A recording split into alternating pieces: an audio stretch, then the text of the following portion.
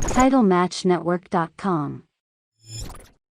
Welcome to another edition of the RF Video Shoot interview series. Today we're joined by none other than the legendary Boogie Woogie Man, Jimmy Valiant. Thanks for being here today with us. Hey, thanks a lot, Rob, man. It's my privilege, brother, to be here, right here with RF Video, man. And God bless you, man.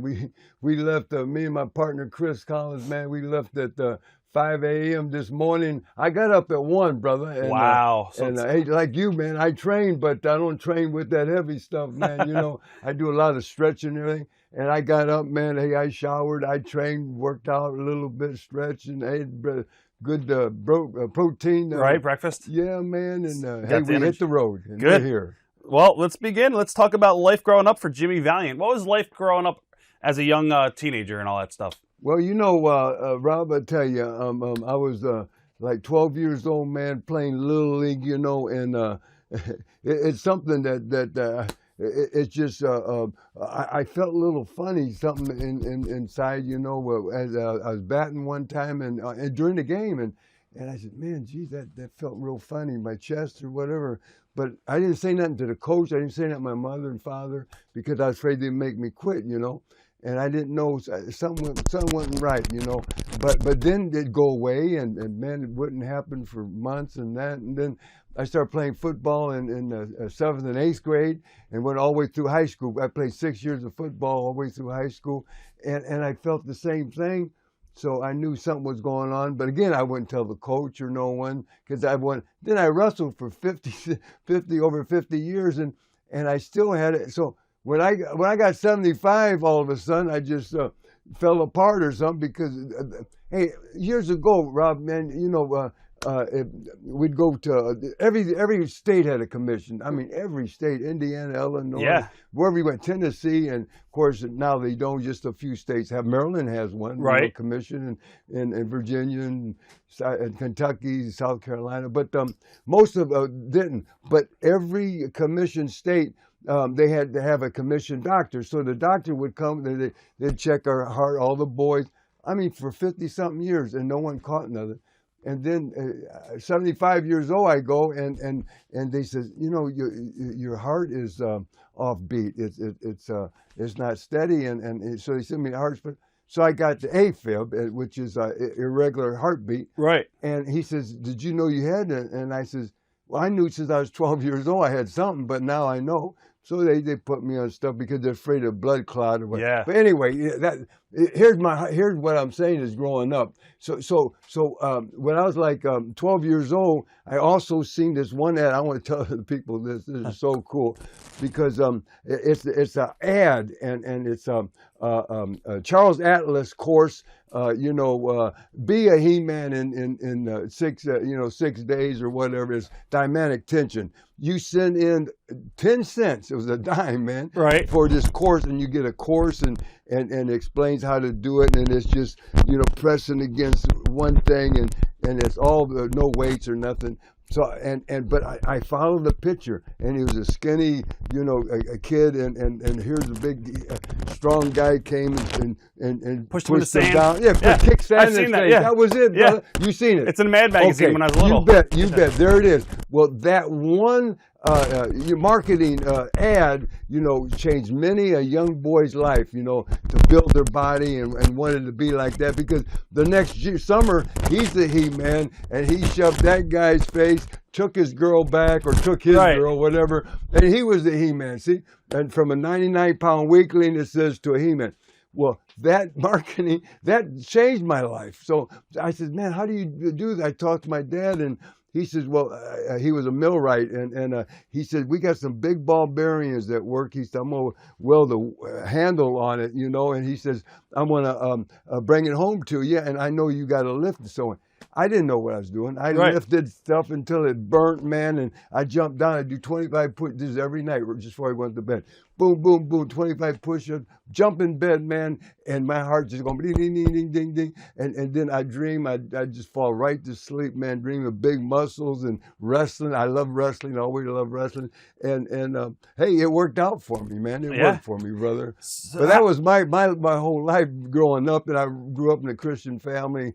I was very fortunate. What state? You know, What state were you in? yeah, Indiana. Indiana? I was born in Tennessee, Tullahoma, Tennessee, and when I was 3 years old, my family, my dad went to join the war. Started. I was born in 1942, and the war was going on, so he went to in 45 to join the army, and his name's Jim, and he says, Jim, how many children do you have at home? He said, I got 5. I was the baby. I was the boy, Right. a baby boy. And he says, you go home. That's where you need to be. And the guy gives me chills, man. And so he went home. They were just farms, you know. They were just farmers in Tennessee. And he couldn't make a living there then because, you know, the war. And so he took a train up to Hammond, Indiana, and then he went into Chicago. He got a job at Ford Motor Company. Well, at that time they weren't making Fords, but they were making stuff for the Army, for our U.S. For the war, yeah. Yeah, for war. So he came back and he worked 2 weeks, and they loved the Southern men because they were hard work. They came right off the farm. Kentucky, Alabama, Tennessee, they just loved these boys. And my dad gave them 100% of hard work. And so at that time, he says, he told his foreman, he says, just give me this weekend. He said, I'm going home, get my family. I'm coming right back. And he said, I'll never miss another day. And God bless, and they let him, and he came and got us, and we were. So I was raised in Hammond, Indiana, from 3 years on up, and so I was a Hoosier, man. Hey, I was the only, right? Yeah, I was the only Yankee up there, you know, but Southern boy eating cornbread and biscuits 3 times a day, man. That is awesome. Yes, sir. How did you discover pro wrestling? Pro wrestling, man. My uncle, God bless him, Uncle Oscar. He had polio, and which was a real. Yep. Many people had it before they had the vaccine, but he had the built up shoe, and he just loved wrestling, and TV came around 1950, and of course he was on that DuPont, station, and that came out of Chicago, man, right there where we were. We were 30 minutes from downtown Loop of Chicago. Hammond, Indiana is right on Lake Michigan, far north as you can get in Indiana, right on the coast, and you can be in downtown Chicago in 30 minutes. Well, that's where that came from, but it was live, and it went all over. That was one of the network stations, so I would go over on the weekend. I just loved my Uncle Oscar because Mom and Dad, they wouldn't watch it because it came on late then, right? Like midnight or something, or 11. And so I'd go and I'd take a nap, and I said, "Wake me up, Uncle Oscar, man." And he did. So I watched it there, and that's where I got hooked. And then we'd get down on the floor, me and him, we'd wrestle, man. Right. It was just a ball, man. So did you go to house shows and stuff at all? Did you go to any live events early on when you were a kid? No, never did. And it's so funny, you know, Rob, that the very first match that I was seen it live in person, even stepped in the ring, I wrestled that. Wow. Because it just happened so fast. I was working at a health club, I just got out of high school, just a young kid, and I had a baby, you know. I got married teenager, real young, and we had a little girl, Robin, so I was working at Acres Health Club in Calumet City, Illinois, which is right on the border of Hammond, Indiana, the state line. And so I was doing. I was an instructor and help managing the club and everything for him, and a bodybuilder. I was really training then. Right. And like you, brother, you look great, brother. God bless you, man. and so. At that time, this was his name was Frank Zila that owned it, and one day he introduced me to a wrestler that came in, and he says, "This is Nikolai Volkov." And I says, Nick, and now I'm not talking about the Nikolai Volkov that the people know, you know, that was teamed up with the Sheik in the 80s and tag team. This is the original Nikolai Volkov. His name was Steve Gobb. In fact, he was from New Jersey here, right out of New York, and you look him up in your history books, guys, because he was a Olympic weightlifter. He went to our Olympics, and then he became a pro wrestler, and there was the Volkov brothers, and they were real hot in the 40s, 50s. I mean, the Volkovs. Right. And one was Nikolai, and the other one was Boris. Well, his partner Boris, he was no longer there. Nikolai, when they split and stopped, Nikolai was went out to sea, and he was a captain on tugboats. And so that was his career there. He'd stay out 3-4 months at a time. Well, then he wanted one more run, and he knew Frank Zila, and Frank had that big barrel chest, and Right. he looked like the Russian, and so he made him Boris. And he says Nikolai's coming back, and he took a leave of absence, and real fast he got together, and so he started the circuit with Dick the Bruiser and Gagne and of course the Sheik in Detroit, and so then, man, just weeks later he says, Jimmy, you ought to do this. He says, man, you're young, you're good looking, you got a good body, you got nice hair. He's telling me everything that, I had when I was young. And he says, this would be good for you, man. You love to work out, man. And he says, I'll train you. I'll break you in. And I'll tell you what he did. We had an old dojo room. They did karate. They did, all that stuff and it was just a mat and no windows, just a mat in there. No ring or nothing. So another one of his instructors, and his name was Gary Mollenauer. So we were both like brothers. They thought we was brothers because we were big young kids. He just came out of the Marines, so he said, Gary says, I want to do that. I said, well, go ask Frank, man. And he says, hey, yeah. And he said, man, Frank says, well, he's training you. He's going to train me. So he gave us a little, the first thing is be there Monday, every Monday, 5 days a week in the dojo room. He says at 1 o'clock and train from 1 to 2. We worked for him, both of us did. And then the rest of you go back to work. But all he said was, hey, the first time, just wrestle. We didn't know what we was doing, man. We watched this and that, but we're killing each other. We're just two big, raw-boned kids, and, man, we were skin up, cut up, busted our lips, eyes, and, man, all kinds of mad person. But anyway, we did it that week. The next week, he did something else to us next week. We wrestled 4 weeks, I think it was. And he put us in the first match. And the first match, we took their place because Boris, my boss, Frank Zila, he was the Boris. He had plugs in his hair put in, and it blew his eyes out, and he didn't want no one to see that. And man, so he went to Florida for a week. Well, they were wrestling at St. Andrews. This was in 1964. Right. That was my first match. And in May 6th, I never forget it. Went to Chicago at St. Andrews Arena, so we took the Volkov's place. Didn't know how to tie our shoes, but we had.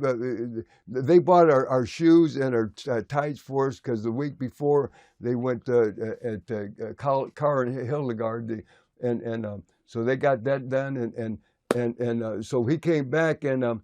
Here we go, and we're on the main event. We're taking their place. They said, this is the Valentine brothers from Hollywood, California, Jimmy and Gary Valentine. We're known as Valentine. And so we went out there, didn't know nothing, and we wrestled against two, they called the G-Men. They were they were really top hands, and they had a real good run in Chicago. And Billy Gills and Johnny Gilbert, that was their name, the G-Men. And brother, they put a 2 out of 3 main event. We didn't know nothing, and hey, I admit it. And man, they're doing this and that. All of a sudden, I got a hold on, brother. Man, how did I do that? But same thing. We got scared. We didn't know how to fall. We didn't know nothing. So when were you clued in? At like what point? Who clued you into the business? Well, we didn't have no wrestling camp. This is how we trained, and he really didn't smarten us up. He didn't do nothing except give us the opportunity, and they didn't talk about it. you know, it was such a close knit family, our profession, you know, and I'm still old school, man. I don't even talk about it, you know. Right. I got a book. It's called "Woo, Messy Daddy, Welcome My World: The Jimmy Valiant Story." 600 pages, brother. Wow. Man. Hardback, you know. And hey, I only got three cases left, man. But we're gonna get rid of some tonight, baby. I'm telling you, man. You know. Rob, what they did was actually you have on the job. This before Gagne had his school. Right. This was before you know there was one in Chicago, Bob Saber. There was one there in Brad Reagan's. Exactly, Yeah. and all that, and so there was no school, so you would learn on the job. But the thing was, if you was a wise guy, if you thought you knew everything, They'll stretch brother, you. oh, they'll hurt you. Yeah. Oh, they'll break your leg. Hey, brother, you would put the tail between your legs and run like a scalded dog, because these guys, man, they were the real deal. The 20-inch necks, cauliflower ears, crooked nose, busted, and they're tough men, all of them, every one of them. And so if you were not a wise guy, and if you really show respect and want this so bad, I know every kid wants this so bad, but you know, don't be cocky. Don't let nothing change you. You know, even if once you get your break, you know what can kill you, brother, and change you and just blow you away, and you're never the same, is either the success and the money, the big money's coming in out of nowhere, you know, and that changes you. And I never did let the you know, success, you know, or the money bug bite me, you know what I mean? Right. I was the same person, and I proved that because they all took me under their wing and they showed me the ropes, and they still didn't smarten me up, brother. You know, really no one did. When the week that we started the first match, this is a good little part. Downstairs of the Acres, where we were wrestling, managing the health club in Kansas City, a world champion, Bobby Manigoff. Check it out, guys. He won the world championship. Flair's belt. I'm talking about that belt, the NWA World Heavyweight Champion. He had that belt in 1942, the year I was born. And at that time, Bobby had he was almost blind. Yeah, and he was down there massaging. Old time wrestler, which I knew, and he says, Jimmy, while I'm gone, he went to Florida to heal up. He didn't want people to see him. He says, all week, go down there and have lunch with Bobby, and don't bother him if he's massaging, because that's how he makes his money. He had the glaucoma in his eyes, and he says to go down there and talk to Bobby. You'll learn so much from Bobby. Just pick his brain. So every day at lunch, we had lunch together. And so the first day, now he working downstairs in the basement. First day we come up, and first he says, come here, kid. He says, hey, let's tie up. So boom, I tie up like a raging bull, you know. Boom, he says, whoa, wait a minute, son. He says, hey, slow up. He says, where you going, man? He says, if you're going to do this it was the first thing I stopped and thought, you know, if you're going to do this for a living, man, you know, hey, you know, you can't do it this way. He says, you know, you're going to wear yourself out, hurt yourself, hurt someone, or you're going to get hurt, you know. And so that was sort of, and he never smartened me up. They didn't talk about it, brother.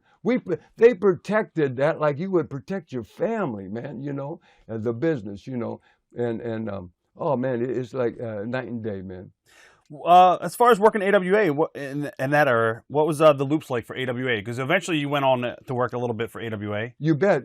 Oh my goodness, yeah. And I'll tell you something. Gagne was one of the best payoff people, promoters in our business, and it was good that we did a lot of flying at that time. When I worked the territory, me and Johnny, we were tagged up. And I worked the territory before. I worked in the 60s, but I learned just like everybody else at that time. There was you didn't become a superstar overnight. Right. You didn't. You paid your dues. You bet. You got to pay your dues. Oh, I did job after job for everybody. you know, and I was so lucky to be right there in Chicago area, right there, 30 minutes from Chicago, Hammond, Indiana. So in 300 miles, I could go this way and be in Detroit for the Sheik. And I go this way, 150 miles, I'm in Indianapolis for Bruiser. This way, another 300, I could be in St. Louis for Sam Mushnick. This way, 400 miles, I can be in Minneapolis for Vern Gagne. So I had all 4 territories, but all I would do is go and do TV, you know, for them and do jobs on TV. Right. And that's how I learned. And then they all took a liking to me. I was so, God bless, I was so blessed with that. And so fortunate to be, everything's timing, you know, in life anyway. But they seen something they liked or whatever. And then all of a sudden they started giving me a few house shows during the week. And then all of a sudden, you know, I would, have to go Broadway, you know, with someone on the second match. And then they'd slip me over a little win. And then not on TV, but then on TV, I did a little short 10-minute Broadway. And then one time they gave me a win on TV. I mean, all the territories. Right. See? So I see it changing because you can't be there, and they know that. They said, this kid's got a future. They won't keep you there. Now, if they say, this guy, man, God bless, he may just go a certain level and never, you know, progress, get better or something. And because it takes 3, 4, 5 years to learn everything, psychology and everything. But if you don't learn it within 5 years, you won't get it. You'll never get it. You'll just stay at that same level. So if they think that you're that way, then they'll just keep beating you, and now you're labeled, now you're whatever. It's hard to come up from that. Right. But if you start out like I did, and they just gave me a little this, a little that, and then finally they says, we got to get him out of here. So Vern says to me, he says, we just bought in Vern Gagne, Fritz von Erich, and Bill Watts all bought in for the Leroy McGurk NWA in Tulsa, Oklahoma. Bought into that territory. That was Oklahoma and Louisiana and Missouri and all. They bought into that. And he says, we want you to go there. They're looking for just a young kid. Just go there. And he says, he says, we got you a job. He says, you're going to make $300 a week. And he says, it'll be good for you, Jimmy. We need you out of here, because they seen something, right. You know. And they wanted to bring you back when you got you more. bet. Yeah. So I did. That was the start of my career. So what was the first? That was the first run, major territory. That one right there, by all those guys. Yeah. Far as there's no job. I mean, completely different. But I was making my living because I was working for 4 different people. Right. You know, and I quit my job. But this was the first, just one territory, and I made the move, and of course, and then I didn't go as a star. They beat me on TV, brother, first time in. Right. Same thing, but you know, then they started moving me, and then from there, I stayed there 4 months, and then Fritz von Erich had the spoiler, Don Jardine. Yep. Yeah, he had the spoiler say, get a hold of that kid, because they came up to do TV. Their boys in Oklahoma City would do TV for Tulsa, and they would say, I went in as they didn't want to use Valentine because of Johnny Valentine, so they called me Jimmy the Body Valiant. And so I went in there for that, and he says, Fritz wants you to call him. Jardine displays it. Fritz wants you to call him, because Pletchus, one of the referees there, Danny Pletchus, an old-time wrestler, he came up with the boys to take care of that from Dallas, and he seen me there on TV, and he told Fritz, man, there's a young, good-looking kid there, and he says, boy, you know, we should get him out of there, you know, because he seen me just doing that. And so Fritz called, of course, he called Leroy and got the okay, and because they all worked together, we're all partners. And he says, yeah, it'd be good for the kid. So he's brought me in, and here's the whole thing. I'm making $300 a week, which I was right on the nose. And this is back in the 60s, man. Right. And that was, hey, if you had a regular job in the 60s, you would bring home $110 a week. I mean, I'm talking about a factory job, you know, anything, you know. That's so you're having fun traveling and making $300. You bet, Yeah. you bet. But here's this. The sticker was for Fritz says, we want you to come in and be here, and he says you're gonna make $400 a week.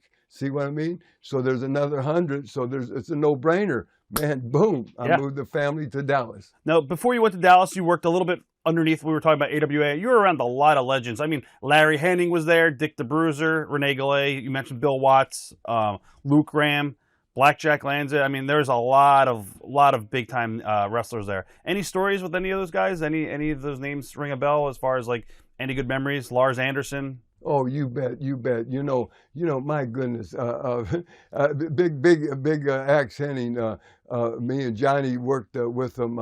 Now this is after we went to New York and got our break, and now we're the Valiant Brothers. We were, WWWF World Tag Team Champions for 13 months. It was at that time the longest anybody ever held them. We beat Tony Gurria and Dean Ho for them, and brother, we went around the loop, and we were the only one to go to Madison Square Garden. This was 1975. And go to Madison Square Garden, and it's always Bruno on top, single world WWWF tag team champion. I mean, world champion. Me and Johnny, Luscious Johnny, Handsome Jimmy, we were the WWWF World Tag Team Champion. So it was the only one. We beat everybody. So they put Victor Rivera and Haystack Calhoun, you know, you name it, they put together. Monsoon and you know, Putski. We'd beat everybody because they're building the big one, the Dream Team. And I turned against Strongbow because when I went in. We're going to talk all about that coming up. Oh, yeah. Okay, real fast. But we were the only time that Bruno put his single belt world championship aside, and we had 2 shots in the Garden against the Valiant brother, Captain Lou Albano. Okay, we'll talk about that later. We're going to talk about WWF coming up. But you mentioned that you worked at Chase at the Plaza Hotel. What are your memories of that atmosphere? Oh, man. Oh, it's wonderful, man. I tell you, it was such a you know, institution. That whole thing there, it was just on fire, and of course you know, the world champion would be there, and Pat O'Connor, man, and oh my goodness, all the boys would come out of Kansas City, you know, with Sam Mushnick, but Dick the Bruiser and Superstar Billy Graham, everybody came through there. But as far as the Chase and all that, that was were before my time, before I did. It was really a real classy thing. They had tables and stuff, tablecloth, yeah. And you heard about see the footage. Dick the Bruiser. Oh my goodness, it's like a wrecking ball, man. You know, they just destroyed the place, and it killed that. You know, then they just had studio wrestling there. Right. But I just loved it. I loved to go to the Chase, and I loved to go to the Kill Auditorium, and Rob, they had the biggest ring. They had a boxing ring, man. There, you know, a boxing ring, and it was so hard. And man, I watched, you know, month after month. You know, I can just picture now, you know, the world champ, you know, Briscoe and you know, Funk. Or you know, doing stuff or with Harley and whoever, and just a standing suplex, man, you know, and just, man, he'd Harley hold him up forever, brother, man, and then just take that big bump, and whoa, I mean, just that one simple, oh man, just bring the people right out of their seats, and it was the hardest ring and the biggest ring. It was like a 22 footer, right? You know. And you're used to them 16-footers, like, you know, they are standard. And boy, man, you're running forever to give that tackle, man, or whatever them spots. And yeah, it was just a great place, great institution, man. There, What about Sam Munchnick? What was he like?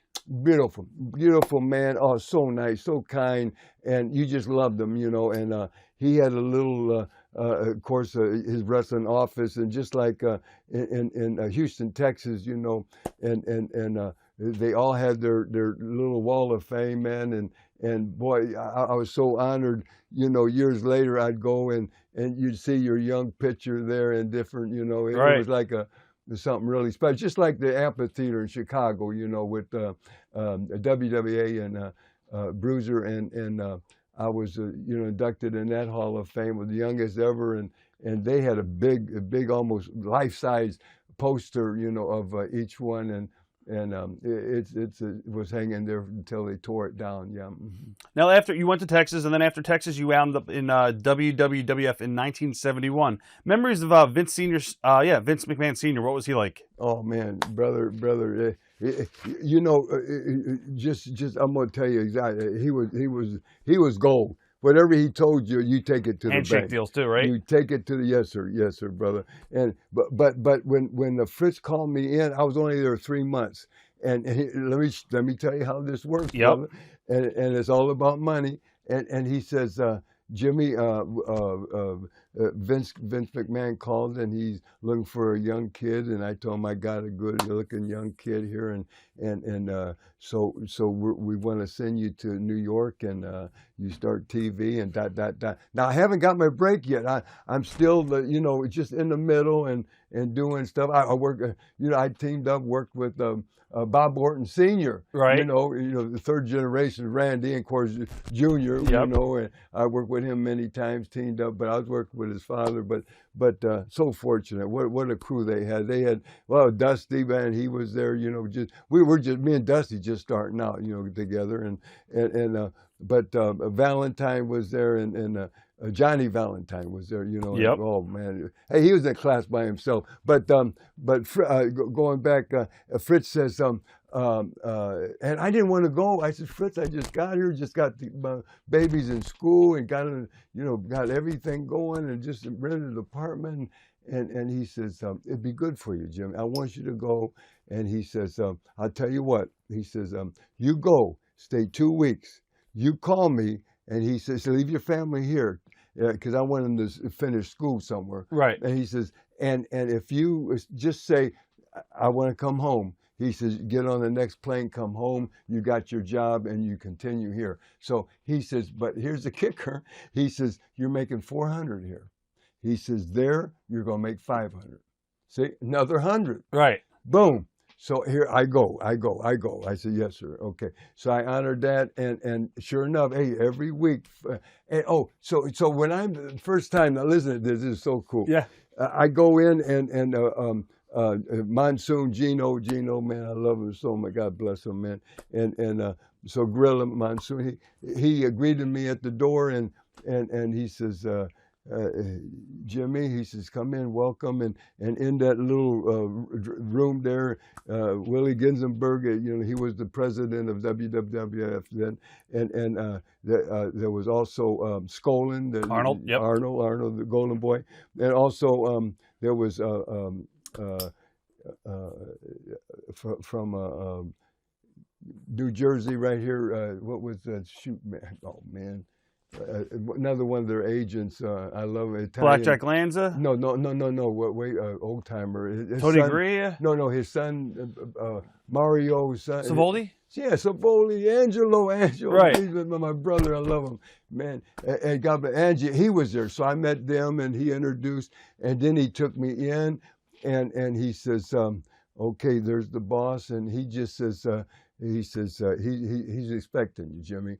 So Gino just shut the door, and I just stood by his door was open, and I just stood there, and he's doing his booking and book work, and by himself, big nice desk, and he felt someone was there, and he just looked over his glasses at me, and he says, oh, come in, Jimmy, come in. He says, you come to us from a man I admire, Fritz von Erich, and hey, welcome. So I thank you, sir, thank you. And he looks me over and he says, my goodness, he says, boy, you look so much like someone that made me a lot of money years ago. It was Steve Stanley, Mr. America. And sure enough, I looked at some pictures there, and then he had blonde hair and, you know, good, nice kid, man. And so he says, let me tell you who you'll be working with for the next 6 months. 6 months. Right. Oh, I'm sorry, not 6 months. The next 2 weeks. That's what it was. I stayed 6 months before they switched me. So I says, I look, and he says, you're going to be here, here, here, here. All right. And he did 2-week thing. And every night, different towns and states. And he says, I'm working against the Black Demon. That is Tony Nero. And I says, Vince, now here I am, still not got a break, still green, you know, really, right. I'm telling you, man. But just so lucky to be where I was there. And he says, I says, Vince is the Black Demon, which of course I know what his name like. I said, is he a bad guy? And he says, yeah. Is there a problem with that, Jimmy? And I says, well, I feel more comfortable as a heel. Now, they would never let me heel except Dallas. Dallas was the first time I healed. See? Right.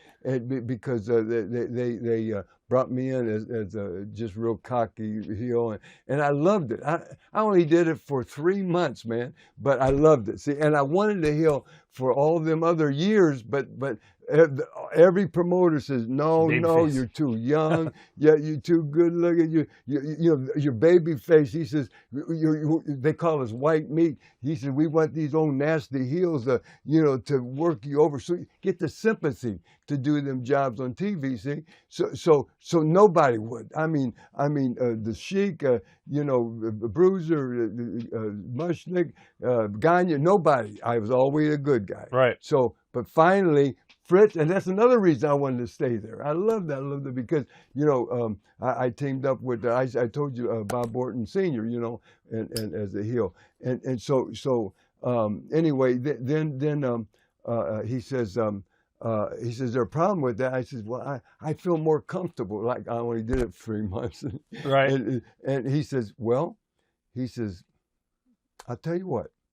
And this is Vince McMahon Sr. He says, if you get over with the people, with the crowd, he says, and we'll help you get over. He says, in 6 months, I'll switch you and make you a lot of money. Now, that's the exact words he said. That's all he said. And I says, okay, sir. Now, and I'm thinking to myself, what a dodo. What am I doing? Here I'm talking to a millionaire promoter. They got the biggest territory in the world. Is WWWF, the whole East Coast, man, Boston Garden, Philadelphia, my goodness, and Madison Square Garden, just every venue there, and all the states and all the populations there. Right. Play to the masses, the people. That's what he would say, and so I said, what am I doing, man? I'm questioning something like this, man, and I'm so happy to be there anyway. But I said, oh, okay. Yes, sir. So I tell you how they helped me, man. They teamed me up with the number 2 babyface, Strongbow, Chief J Strongbow, and right next to Bruno. He's with number 2, yeah. top, brother. So how can you miss? Because soon as they team me up, I'm taking his heat. You know what I mean? I'm already over. Right, man. you get a big rub. You got it. So for 6 months, then we were tag team, and boy, and he taught me so. He talked to me, and because I didn't know, I still didn't know nothing. Rob, I didn't know nothing, man. And he got things going. Things were coming together for me. Yep. And thanks to him, and thanks to Gino Monsoon, and thanks to everybody there that really just took me. And everywhere I went, I was so lucky to be taken under their wing.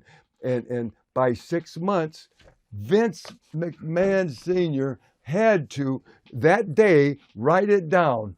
because 6 months to the day exactly, he switched me on Strongbow. Right. And I was making $500 a week, steady, week after week for 6 months.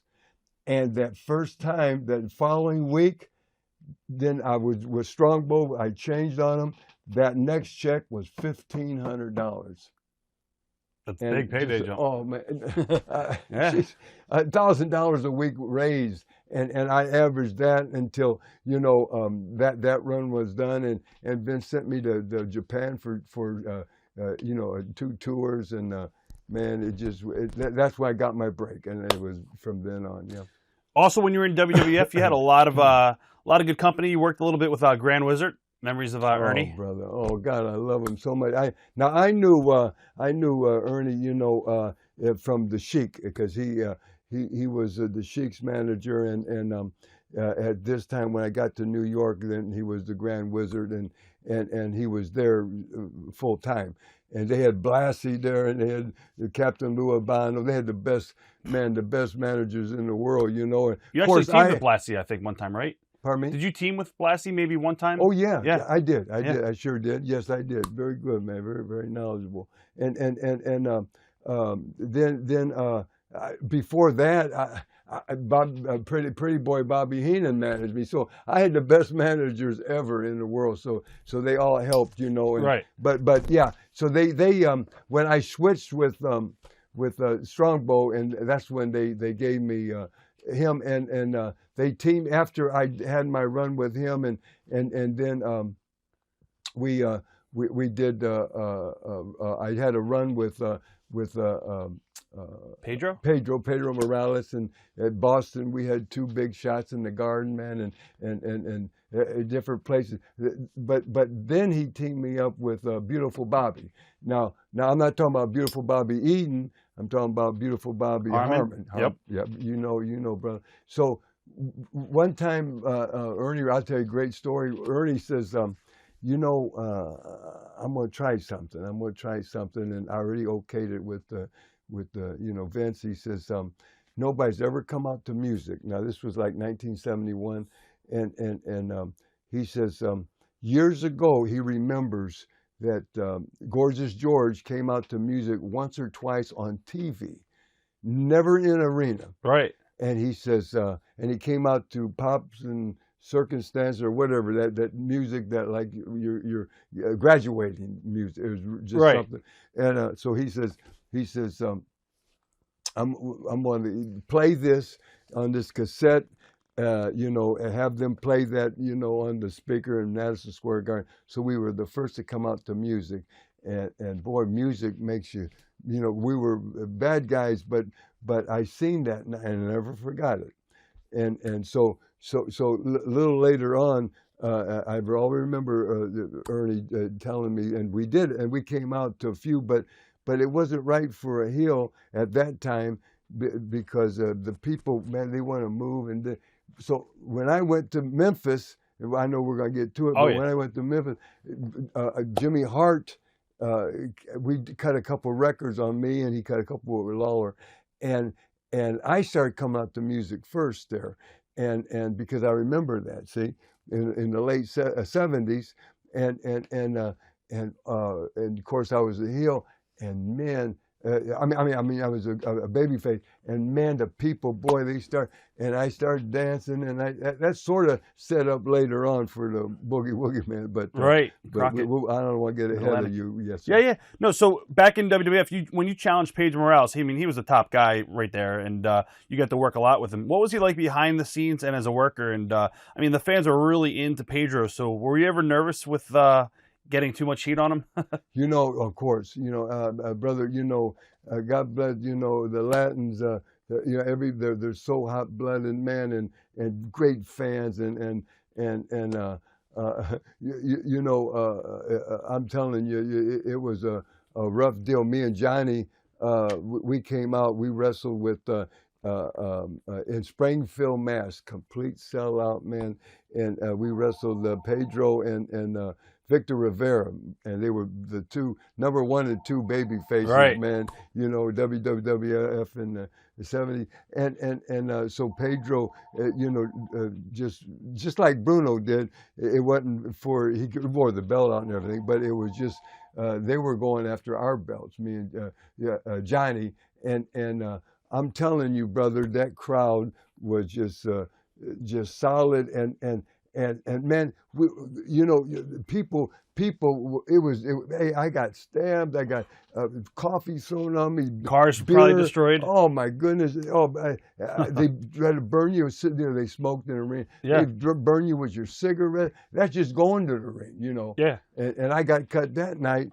coming out, man. And I talk it in my, I tell a lot of these stories in my autobiography, but coming out, and the police is around us, but still they get you, they sucker you, and I'm gonna tell you, and them cops are tough too, boy. They would jerk them guys, and I seen them just work them over. Bro. Right. Philadelphia cops, they were the toughest I've ever seen. Yeah. Boy, they wouldn't play, man. They wouldn't play. But Pedro, he was really put together, man, and he was really a great champion, man, great champion, and really solid, man, really solid, and boy, he was just put them arms and worked out hard and looked good, looked the part, and he would always, for his finish, he'd always shoot you in first, and as you come up, boy, he'd give you that breadbasket pop, with Yep. boom, he'd sidestep you and hit you,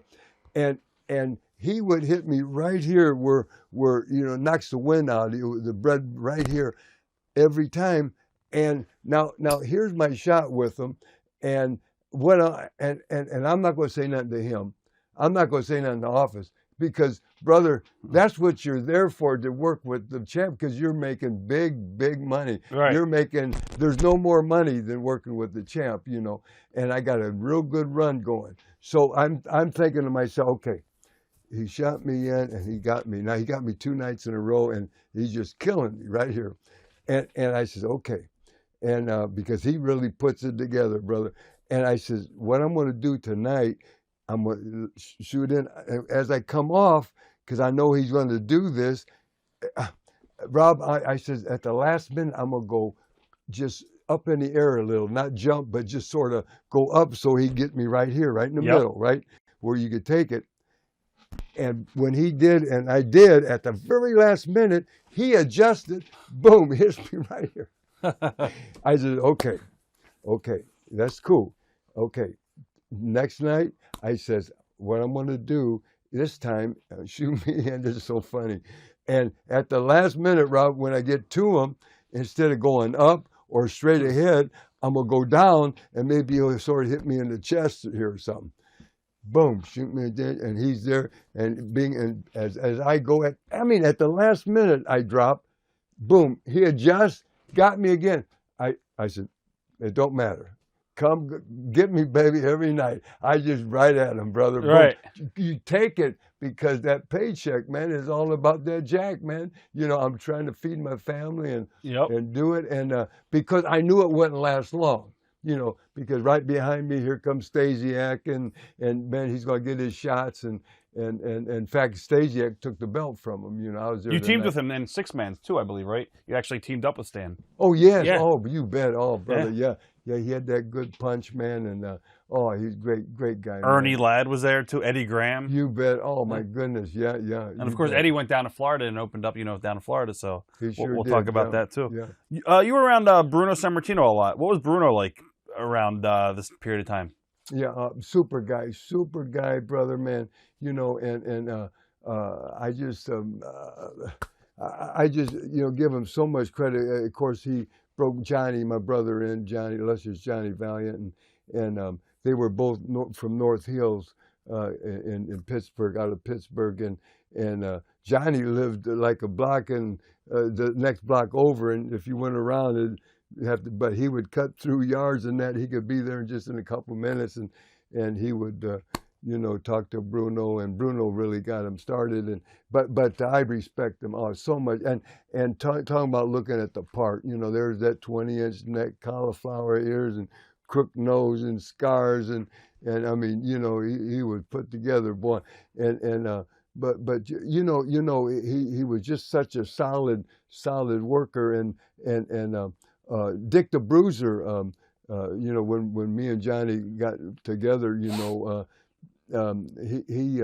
Reno, his wife is Italian, and he wanted always for Dick to bring Bruno in, so they made the big deal to do that switch to bring, if you bring Johnny in, and then I'll come in and we'll get it right, and then me and you, Bruiser, will work with, because we had the belts and Johnny and all that after a while, and the thing was that you know, to please his wife, and also Bobby Heenan wanted to go to AWA with Vern Gagne. Yep. That's when he became, instead of Pretty Boy Bobby Heenan, that's when he became the Brain Bobby Heenan with Nick Bockwinkel and great man, brother. That guy he could take bump. He could people don't know he wrestled. Unbelievable timing. Yep. Bumps, man. He's like Ray Stevens, one of the best. You know, just like Ray Stevens, you know, people, if they see someone, Rob, do that upside down turnbuckle flip and land like Flair does, you know, if they see someone do that, they say, oh, he's doing a Ric Flair. But you know what I think? Ray Stevens. Yep. You bet. In fact, he did in that movie, you know, with Funk, and I forgot the name of the movie, but he did it in a movie with a wrestling movie, and he did that flip. But I've seen that many times, and that's where Flair got that.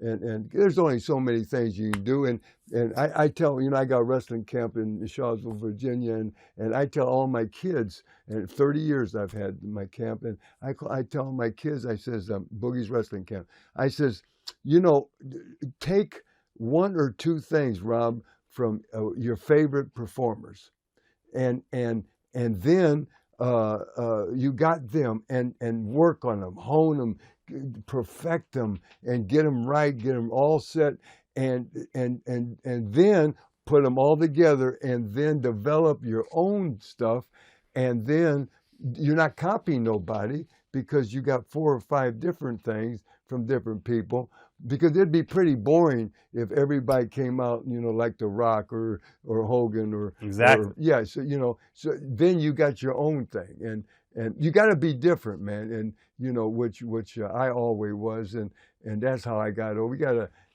have it all, man. Yes, sir. You went to WWA for a little bit in Indiana. Members of Bobby Heenan there. Yeah, oh man, the greatest, man. I'll tell you, Bobby. You know, we all started, me and Roski, and we all started in the early '60s and mid '60s, and he was again, he was one of the greatest. If you say who was the best 5 total package, can do it all, I would say Bobby's in that 5. You know, and I always took my hat off to him, brother. He was just such a talker. Just his mind, you know, he was helped the Bruiser in the office. His mind was nothing about business, and you know, it takes a certain person, just like superstar Billy Dundee in Memphis. You know, Jerry Jarrett and Lawler, many times they says, offered me to help with the book or do this or work in the office, and I said, I don't want nothing to do with it, brother. I just want to do my thing, right? And I want to work out, and I want to, you know, party a little bit at night, and I want to where Dundee is a certain person that can do that and has that in him, because I'd be with Bill Dundee. And I'd meet him at 3 o'clock in Nashville, and we'd go, you know, to 200 miles. I came out of Memphis. I always lived in Memphis, so I drove 200 miles. I'd meet him at 3 or something. Then we'd go another 200 to Louisville. Well, Well, what happened there the night before, he was in Memphis. He got home in Nashville, 2, 3 o'clock.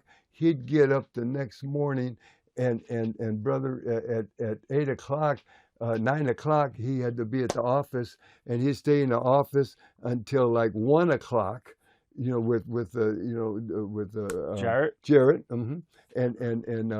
so they would do all the booking and talking and getting everything ready for the TV next week and the angles. Then he would shoot home real fast at 1, and he would eat real fast. He'd work out, shower, grab his bag, meet me at 3. This was because it was a circuit every Wednesday and every Tuesday. I'm sorry. And then same thing, man. Come back, boom, back at home. Man, sleep a few hours, back there from between 8 and 9, boom, boom. And the next day we had to go to Evansville, Indiana, Wednesday, boom. But see, that was him. Now I got in, I slept late, I get up, I had breakfast, I work out, I sun, man. That's me. So I didn't want nothing to do with it. Yeah. But Bobby, he was that part of that type of guy, and they're just hardworking people, and it takes a certain person to do that, or want to do that. Going back to Johnny Valiant, when was the first time you actually met Johnny? Was it in WWF? No, I met Johnny, and this was all Bobby Heenan's. WWA, right? No, we brought him in. It was when in 1972. Me and Bobby and Roski, the Baron, and Big Cat, you said Ernie Ladd, we would work Detroit. We work at the Olympic Auditorium there. They had three arenas, Joe Louis and Olympic, and then they had the Cobo Hall. Well, the Sheik was Cobo Hall, and that's when the Sheik and Bruiser, our territory, and we had Pepper Gomez and Cowboy Bob Ellis. We had, what a crew we had.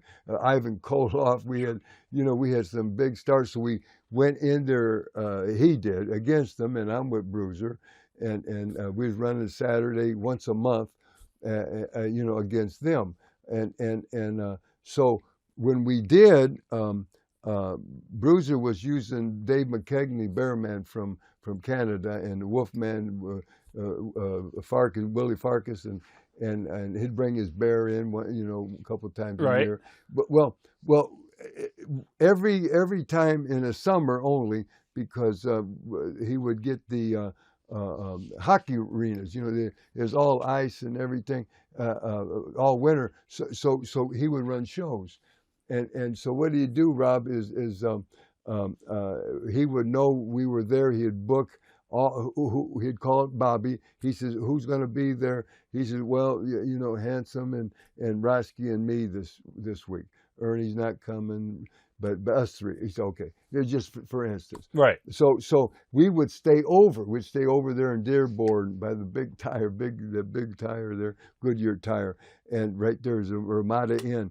And we'd stay there that night, and then the next morning get up, and then we would go across into Windsor and Canada, because right there's the border of Canada from Detroit.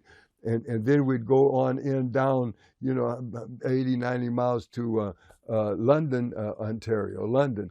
And he would wrestle there at a hockey arena every Sunday night. Every Sunday night. So once a week, we were there. So we would go there this summertime, and he'd have a whole crew. He'd have girls, he'd have midgets, he'd have, of course, his bear, and then he'd have a crew. He had, and Johnny was there, the big blonde kid, man. And so when Bobby wanted to leave, then in 73, this was 72, and Bruiser says, you're going to have to replace yourself with another top heel, before I'll let you go to Gagne. Right. So he talked to me, says, I got an idea. This was all Bobby Heenan. See, thinking, and from the office, and he's thinking angles and everything, and he's trying to leave. He wants to leave, and so he says, remember that big, good-looking kid, man, blonde kid, and he was going to John Sullivan, John L. Sullivan, something, and his real name is Tommy Sullivan, and so that's his real name. But he's going to John Sullivan, John L. or whatever, and like the boxer, I guess. But I says, yeah, man, yeah, from Bearman. He says, yeah. He says, what if we get him to come in as a Valiant brother? And he says, and then, you know, I'll manage both of y'all. I'll get you over, and then Bruiser will let me go. He'll let me go to Gagne. And that's all he wanted. So, Right. So I says, man, that's great with me. So ran it by Bruiser, and that's when Rio, his wife, says, make, you know, sure, because he had to call, he didn't know how to get home. He was going to call Bruno, and he says, make sure Bruno comes in. I want to meet him so bad, because they're both, you know, full-blooded Italians, you know, and, Right. And so that's how, first time I met him was there, and then they got him right. And Bruno actually came. I think he came in and teamed up with Dick the Bruiser, right, and wrestled you guys. You bet, Yeah. you bet. Oh my goodness, yeah, we did, and that was the dream team, and then oh man, we did box office, and it was so funny. One night we did amphitheater on a Friday night, and Saturday night it was wintertime. Saturday night we drove into Indianapolis at the fairgrounds, and it was a blizzard. It was a snowstorm. Right. Well, with amphitheater night before, it was before the storm, but it was coming. We knew it. It was warning everywhere, and so that sold out. And I'll show you what people, if they want to see something, brother, I don't care what's going on. I don't care, brother, what's happening. You know, brother, the weather, the whatever, they'll come if it's that strong. And we had it over so strong. And as we pulled up, I says, man, they canceled it. I know. And it's just coming down. And as we pull into the fairgrounds, we see a big sign. I just know canceled wrestling, right? And I look, and it says, sell out, sold out, or whatever. And I said, oh, praise it. And we went in, brother, it was a complete, they were there, and they didn't care if they went home. They came to see that and others, you know, because they had a real hot card, and we had a real great crew there. You were actually around this period of time. You're going back and forth from WWA to AWA at the same time. How were you able to do that? Was the TV not crossing over? Yeah, it was. Bob Luce had a he was so ahead of himself, and he had his own show there at channel 26, and he had on two channels. It was a UHF channels at that time before cable and everything, but it was so hot, man, and he would play because the only place was Chicago Amphitheater that Bruiser and Gagne were complete partners together, and so he would play. First of all, Bruiser's WWA tapes would come right into Chicago. He'd played nothing but his tapes. Gagne's tape would come into Chicago, so Chicago see all of Gagne's tape. Now they turn on Channel 26 and watch Bob Luce's every Sunday morning. Bob Luce would show highlights of and do nothing but hard sell for amphitheater for you know, the 4 weeks, man. Every month we'd there, and so Bob Luce would play all the AWA and WWA, all the stuff and all the interviews. Then he would have all the stars there, you know, to live and you know, on his program to hard sell. And brother, it was sell out every month, just like Madison Square Garden, you know, brother, it sold out for years. You know, like Bruno, he's got the record. There's nobody selling out every month. Exactly. Yeah. That could touch what he did, you know, because he was there once a month for one time 7 years or whatever it was when he was world champion, and you know, we just did that with just regular interviews, regular thing. And if Vince Sr. would see, he look, and like the third week, and he got one more week, and he said, man, it may be a little weak something. So he'd shoot just a little angle that week, and So House would go up. yeah, but you know what? He wouldn't do that. Or like with Pedro, you know, he'd come out and be real humble and this and that. All he had to do is tell Pedro, hey, fire up, get your people, get your man. And then he beat his chest, and he would only do that. See, when it was maybe lacking, Right. or the boss would say, yeah, let's fire it up, brother. And he'd do that. Wouldn't he do an angle? He'd just get his people. Talk his way. Boom, there it is. Yeah. Any memories of wrestling a very young Ric Flair around 1973? Oh, yes. Yeah. Did you see the potential in Ric back then? You bet. Yeah, I did. And he was big, brother. He was 300 pounds and people, dark hair. And, you know, he was, looked like more like Dusty Rhodes or Dick the Bruiser because he was just trying to get so big. And that's the way he went that way. I'm sure steroids and training and did it all, you know, and but you know, later, of course, then he trimmed down and blonde hair and Right. robe and became, you know, one of the icons, of course. But yeah, yes, he came out of Gagne School and I wrestled him many times, the amphitheater and they would bring some of the younger boys to Hammond, Indiana, Indianapolis. So I worked with him quite a bit there as he started. You also teamed, I believe, with Harley in St. Louis around 1974 at the Chase. Do you remember that? Oh, I do, Yeah. I do, brother. Yeah, it was really Harley was such a you know idol, man, that over so strong and so solid, you know, and you know, I had a complete different thing, but you got to know what to do and when to do, and these guys are just, man, I just marveled at his stuff, you know, and just let him do his stuff, and man, I just kicked back, and you know, anytime you work, like when I learned that from Strongbow, you know, because if you try to outshine these guys, brother, are you kidding? You first of all, you're not going to do it. Right. You're just a young kid, bop. And I knew that. So I let them do the thing, and I just, you know, I just scoop up what's left and get my little stuff in, and they see that. I mean, because they know what to do. I mean, I go out there and pick up a chair. Hey, Strongbow, he'll pick up a table. He knows how to get over whatever I do. Right. You know, and so I wouldn't do it even if I could. You know, just like with Harley or anybody, and I couldn't. I mean, you can't get over them guys. And Yeah. I wouldn't do it anyway. I was just honored to be, you know, part of the team, and yeah, even just for a night, you know.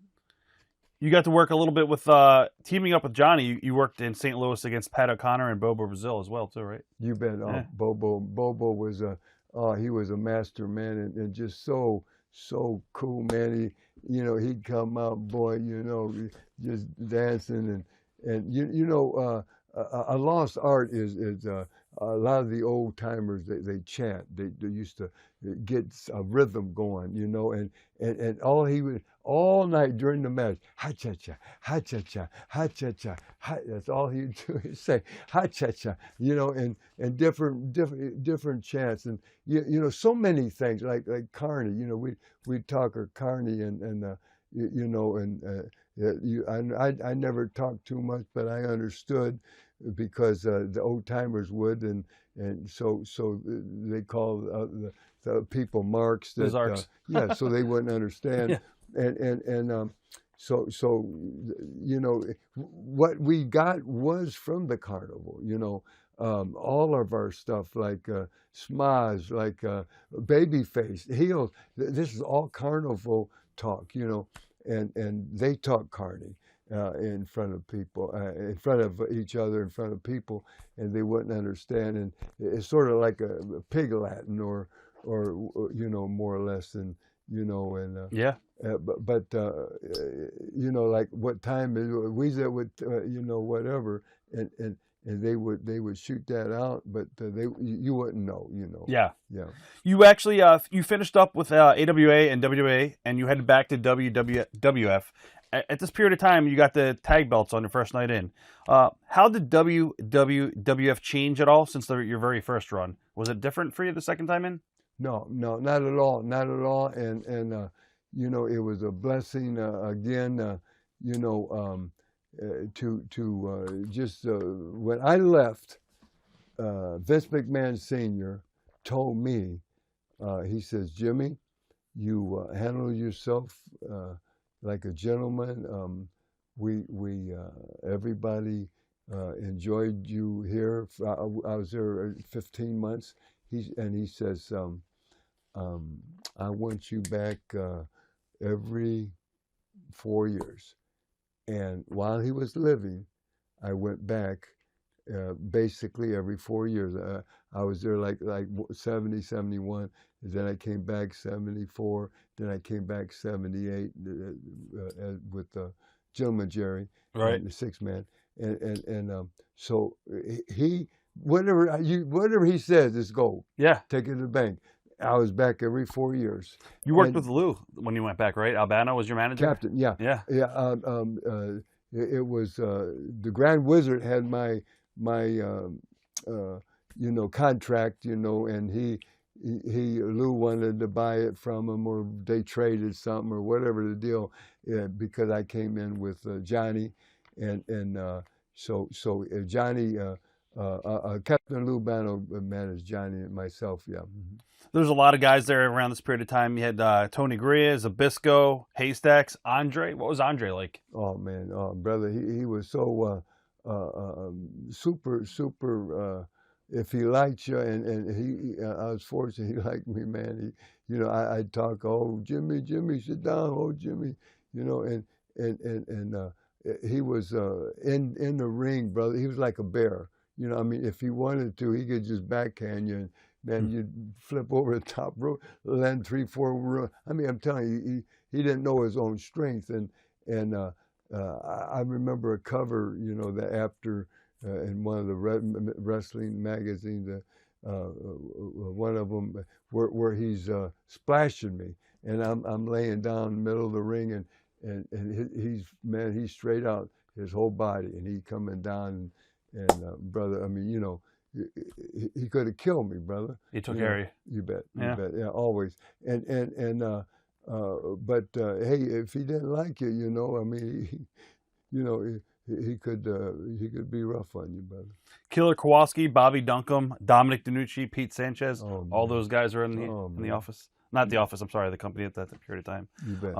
You also headlined MSG, one of the shows with you and Johnny versus Bruno and Jay Strongbow. You bet. Big show. Yeah. Oh, huge, man. You know, and it was just I was so fortunate to be able at that era to work against all the legends, all the greats, and they even put you with Bruno at Buffalo in a main event. I think it was a singles match too. You bet. Yeah. Yes, sir, man. And you know, it's just something that the young kids, you know, now, and I'm so glad that you know, they have that WWE 24/7 for the young kids to look and see, you know, all the different, you know, different. It was all complete different, and old school stuff were, you know, instead of just looking at what's happening right now, they could see that too. So they're getting the best of both worlds, you know, Rob, and you can, you know, there's a lot more wrestling back then, you know, especially, you know, in St. Louis, man. I mean, oh my goodness, you know, the world champ, they'd go to our Broadway. Oh, yeah. Oh man, yeah, just, you know, every night they would. Boy, they had to be in the best shape. I remember doing I'm getting ahead of myself, but I go, you probably, but the Boogie Woogie Man against Ivan Koloff, you're going to talk about it, but I remember working 9 months with him, 7 days a week, for the TV championship, and you had to go 20 minute. If you go 20-minute time limit, the bell would ring, and he kept the championship belt no matter what. Right. If I had them the sleeper, and you know, and they're counting down, and 1, you know, 2, and the bell rings. You know what I mean? Because it's 20 minutes, 3, and then I put them to sleep, and man, I think I won, but no, the bell rang at 2, or I caught him covered 1, and the bell ring, whatever. And man, I would beat him pillar to post. I mean, for 20 minutes, man, and he'd be bleeding, and you know, but he was so tough, and he kept the belt, and that's where your money's at. Where the good guy chased that bad guy. Yep. And I had the belt, the TV belt, 3 times. I beat Ivan twice for it, both times in Maple Leaf Gardens in Toronto, and then one time as Charlie Brown, I beat Kabuki in Greensboro for it. So I had that belt 3 times, Rob. But in 3 times, I held it maybe 3 weeks. Right. Maybe average a week at you know, then boom, Tully would take it from me, or what, and then here we go with that, or someone else, because the money's at where I'm chasing it. Yeah. And bing, here we go again. You know, one man gang, man. You know, so many. You know, the assassin, and then Paul Jones' Army. Oh, we're gonna talk all about that coming up. Yep. I don't get ahead of you. Oh God, I love you, brother. We also went back to Vern for a little bit, and before you went back to Vern, I believe you worked with Vern and Andre in MSG, right? Was that one of the matches, maybe? Yeah, you bet. Yeah, oh yeah, and so Vern worked the Garden with Andre. Okay, wow. Vern and they all came, like you mentioned, Eddie Graham and Dusty would come in for shots from Florida, and everybody would work, all the big stars, and they wanted to, because that's where all the magazines was from there, New York. So you get all, man, when I was there, every time, even the first time, you know, and where they gave me my break and Strongbow and all that, man, I must have been on 10, 12 covers, you know, right, in 15 months. And same with me and Johnny. And, they did that date with the Valiant brothers. And it was Captain Lou and the Valiants, too. And then the next week, the next month, on the Wrestler, yeah. There's a magazine cover if you want to show that. There's some right there. You can show the camera if you want. Yeah, man, you bet. Yes, sir. Yes, sir, brother. There's a PWI with you on the cover. Yes, sir. There it is right there. But oh yeah, so many, and it was just so they wanted to do that, and of course they'd cover them, you know, in Florida. Dick the Bruiser, the only one that couldn't, because he was barred, right? You know, for life, you know, from that bad riot, and you never want to take the people, Rob, to all the way to a riot. I mean, you want to take them right there to the edge of insanity, man. But then you got to shut them down. They got to get that back, sit them back down, because if you get a riot and they start throwing the cheers and they start throwing things, and not only the wrestlers are going to get hit, but boom, it's going to go through the ring. The spectators are getting hurt, and then here comes the people, and they're fighting, and then the cops are getting hurt. I mean, it's bad, and it'll kill the town. Sometimes for 6 months, sometimes it never comes back. Yeah. I'm telling you, and so it's never take it there. Me and Johnny, we're in Fort Wayne at the big auditorium there, Fort Wayne, Indiana, and me and Johnny was against Dick the Bruiser and the midget Little Bruiser. There was a Little Bruiser, back there in the 70s, and so he said, "I'll take the Valiant brothers, and I don't care who it is. Give me anybody, and hey, I'll bring that little midget, that Little Bruiser in even, and hey, whatever." So the next week, the match was set. So next week we do another promo. Well, he wanted to, you know, someone be a midget. Right. It's so funny. We got the black curtains here, so he gets one of the guys behind the camera, says, "Come here, kid," and he puts a big like an overcoat on him, and he takes his shoes off, and he puts his shoes like this, and he's kneeling on his shoes. Right. He's got a hat way over his head, and you know, he's way down like this, and he's telling everybody, "This is Little Bruiser. He's gonna be my tag team partner." Right. Yeah, and he's on his knees and got the shoes on. It was the funniest thing I ever seen in my life. Right. But Dick the Bruiser got that over. But what I'm saying, almost a riot that night. We had Bobby out there, and anyway, he's out there getting Bobby and we snatched Little Bruiser, me and Johnny, and we had them, both of us, up over our head, double slam him, and the people, it just got red hot, quiet, and then all of a sudden here it comes, stuff flying, cheers and that. So we knew, and Bruiser sensed it and popped Bobby, and he rolls in and big comeback, and boy we were popping, and we just dropped him. We didn't slam him, you know, because that was. But just if we would have, we would have lost. Oh, him. yeah. Yeah. So you want to take them all the way, man, almost, and then you got to send them back down, you know. When you went back to work for Vern, what was Vern like as a booker? Did you get along with Vern? I did. You know, Vern was again. You know, you put up a lot for money, brother. And again, I told you he was one of the best payoff man. Paul Bosch was, I told you, in Houston was a great payoff man. But I got along very well with him, and he was a little hot-headed. Right. God, I mean, you know, he was fired, and I tell you, he was went to the Olympics as a second. I mean, he was a real amateur, and he could do it, and he could get on you, brother, man. He was the real deal. But yeah, I got along. I mean, hey, you know, hey, the money was there, and I lived there, right there, and they flew every night, you know. And we just worked maybe 3-4 times a week.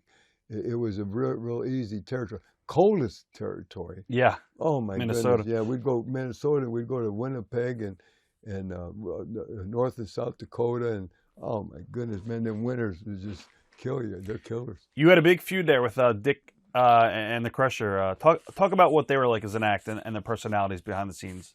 Yeah, you know, they were, of course, the world's most dangerous wrestler, Dick the Bruiser, and then, you know, the Crusher, you know, he'd come out with the big keg of beer and best interviews. You know, interviews is everything. You know, there's so many more people, wrestlers that could outwork me in the ring. I'm telling you. But if you can do a good interview, and I was gifted and got charisma, and could talk to people. You know, right there, you're on TV, they're watching you, and they're sitting in their easy chair, you know, and man, you know, if you can talk them out of that easy chair, oh, yeah. warm and nice home, and talk them to come out to see you get your can kicked or whatever, you know, if right. you're a bad guy, or if you're a good guy to beat whoever.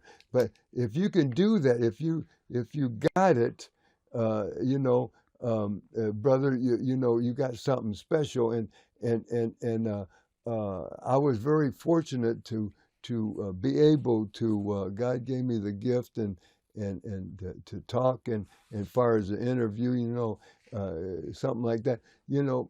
Whereas Dusty Rhodes, you know, superstar Billy Graham, you know, the governor, Jesse Ventura, you know, all these guys, brother, you know, we were all in the same mold, you know, that we could do that. And other guys, good hands, boy, they could wrestle, they could take a bump. Oh man, they were just so beautiful and fluent, but you know, and they just stayed right in the middle. They were just good, solid hands, man, and we need all of them. We need them all, right? You know, but I'll tell you, interviews is 90% of drawing money for the company. 100%, yeah. 90%, 10% is the work in the ring. Now, just like a bodybuilder, and you can agree with this, I know. If you're in bodybuilding condition, ready for, I'm talking about big, Mr. Pennsylvania, Mr. New Jersey, Mr. America, Mr. Whatever, Illinois. If you're in that type of shape, ready to go at that time, because you already worked out for 10 years and what more, okay, that point right there, when you're really ready for your big contest, people, is 90% nutrition and 10% the iron. In the ring, right. In the iron. This is the bodybuilders. You see what I mean? Right. 90% is for getting ready for the big is the nutrition, your diet, and the other 10 is working out. Because so it's the same principle, only a different sport. Yep. It's pro bodybuilding and professional wrestling. Also, I was going to ask you about Bob Backlund. Bob actually came into the territory before he went on to become the WWWF champion. What are your thoughts on Bob in the AWA rings? Yeah, good. He of course started there with Sharkey, and that was before Vern had his school. Eddie had a school there in Minneapolis, and he was of course a good amateur wrestler, and he was the real deal, just like Vern.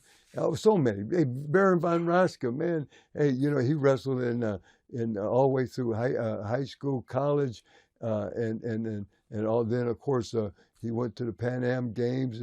He went to the Army. He wrestled for the Army. And then he turned pro. Yep. And so many good amateurs turned pro. Monsoon, brother, he was, Danny Hodge and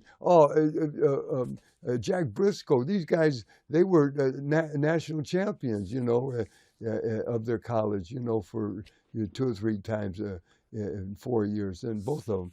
And so it was so good. Backlund came up, and Vince Sr. loved him. And I watched this. I was eyewitness. He came every month, not working a territory, just going to the Garden only, Madison Square Garden. He worked nowhere else, and he did interviews, and for a solid year, win after win, 12 wins, and then they start putting them on TV, and then Madison Square Garden for another year. And then they built him, for people. It was a different theory that Vince Sr. did, and it worked. It worked. Yeah, it worked. Young Ricky Steamboat came into the AWA at one point as Dick Blood. Do you remember working a little bit with Ricky? You bet I do. Yeah, real good. Yes, sir. And he of course, Vern trained him, and I remember him.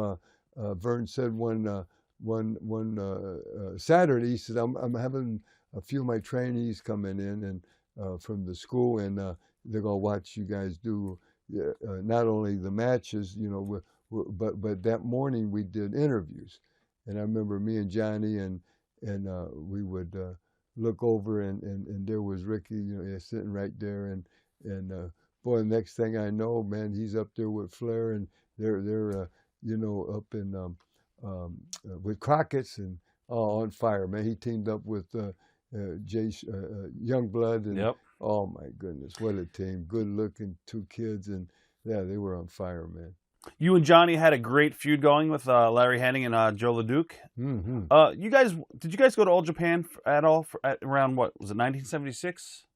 You had a loser leave match. I guess it was just go over to Japan for a little bit and you came back. Yeah, did.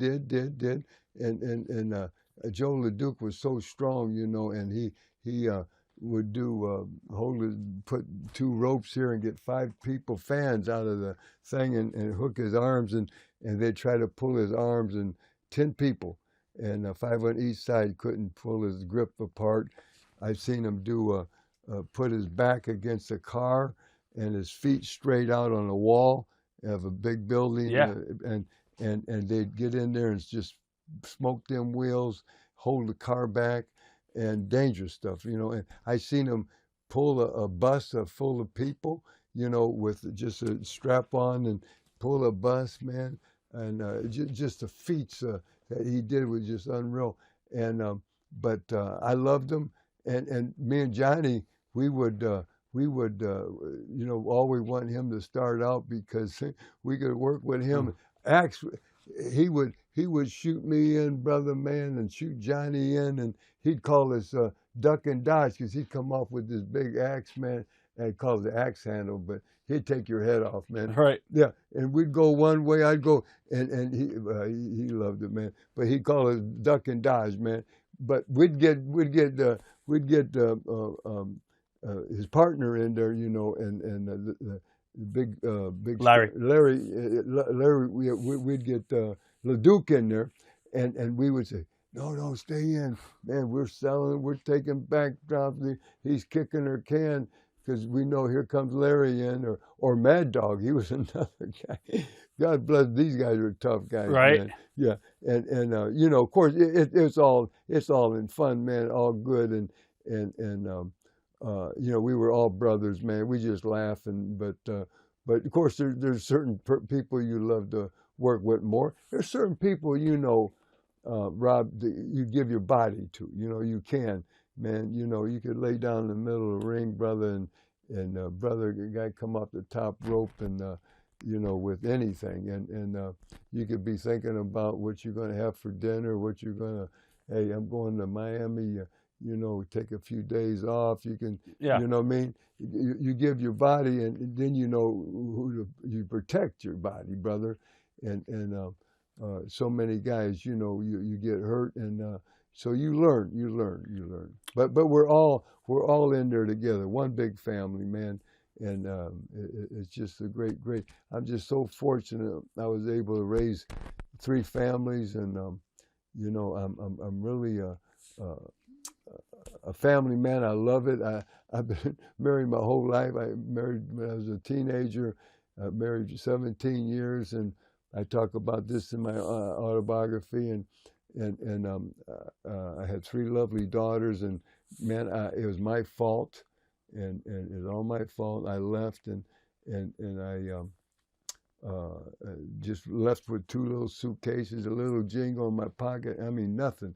I gave them the car, the house, furniture. I didn't want nothing because they had to raise my children, and I just left. I started all over. I didn't have a dime, and then I was married to the next lady, you know, for 13 years. I had a son, and same thing, and man, left everything, just the same thing, 13 years, and then I met another angel, and that's my girl now. 30 years I've been with her, and I'm so fortunate. So I've been married my whole life, brother. Right. I love that.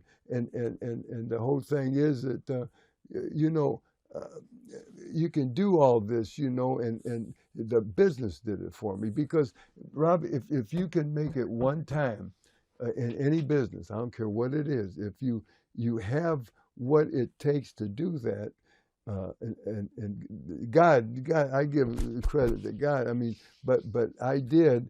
And if you can do it one time, you can do it twice, you can do it 3 times, you can continue doing it, except now I'm 78 years old, almost 80, going on. So now I'm running out of time. You know, of course, I'm not going nowhere anyway. Exactly. I'm 30 years with Angel. That's my baby, and God sent her to me, and she saved my life, and I just love her so much. But you can do it. You can.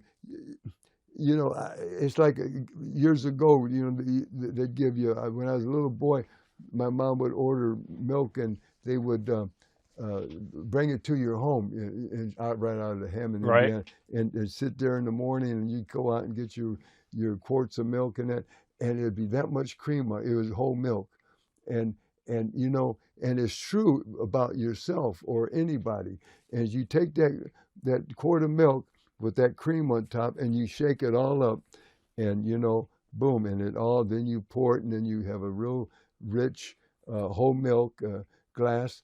But then if you sit it back down, then the cream will always come back up.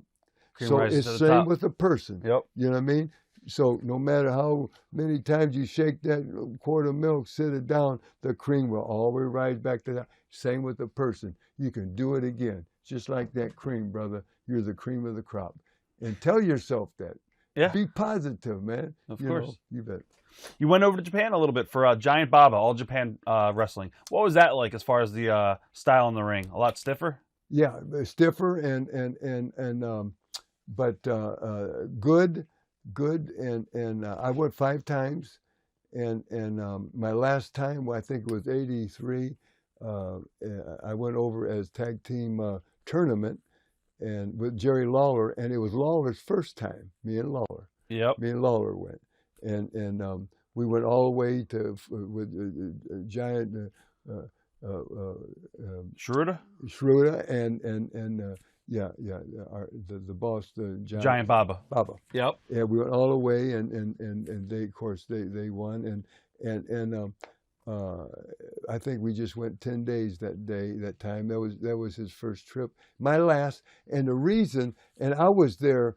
Vince sent me there as soon as I got done with the first time, early '70s, and they just formed that company, And I had a chance. I was right on the ground floor. I had a chance to go over there, and like Stan Hansen and like so many guys that would go over there 3-5 times a year, and just really make their living there, and then come back and work when they wanted to. But if I was making at that time, I already had my break because I already got out of New York then. So, I was making $1,500 in New York. Well, they gave me $1,500 Japan.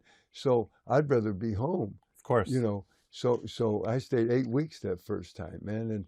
And I says, oh, this is great. I came home with a, pocket full of $100 bills. But at that time, and I says, but hey, I can do that here. So I didn't care. But I went back 4 more times. I went 5 times altogether. All for Baba.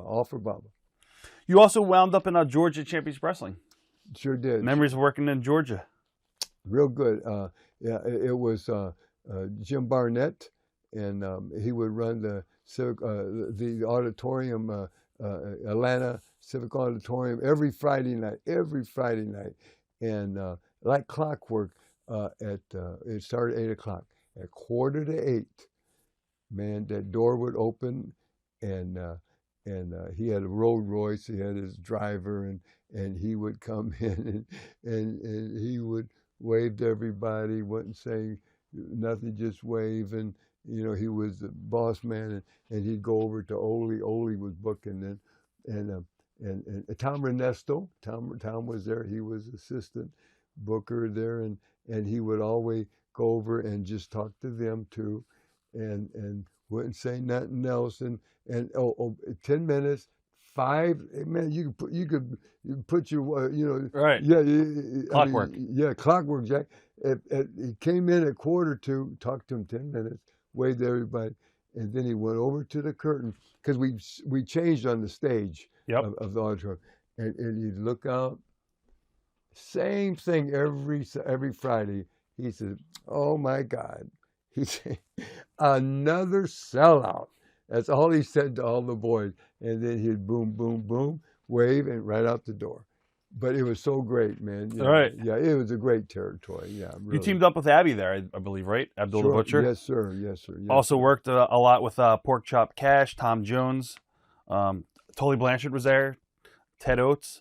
You bounced around a lot through the territories in the 70s. Was it hard to finish up and find work with other promoters, or would it ever upset promoters that you went elsewhere, or was it always pretty much a handshake deal where you were, hey, you're welcome back in a couple months? You bet.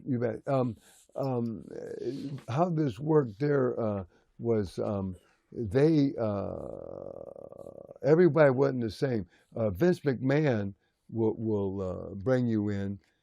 And the day Vince McMahon Sr. would talk to you on the phone, Jimmy, I'd like you to come in this certain date.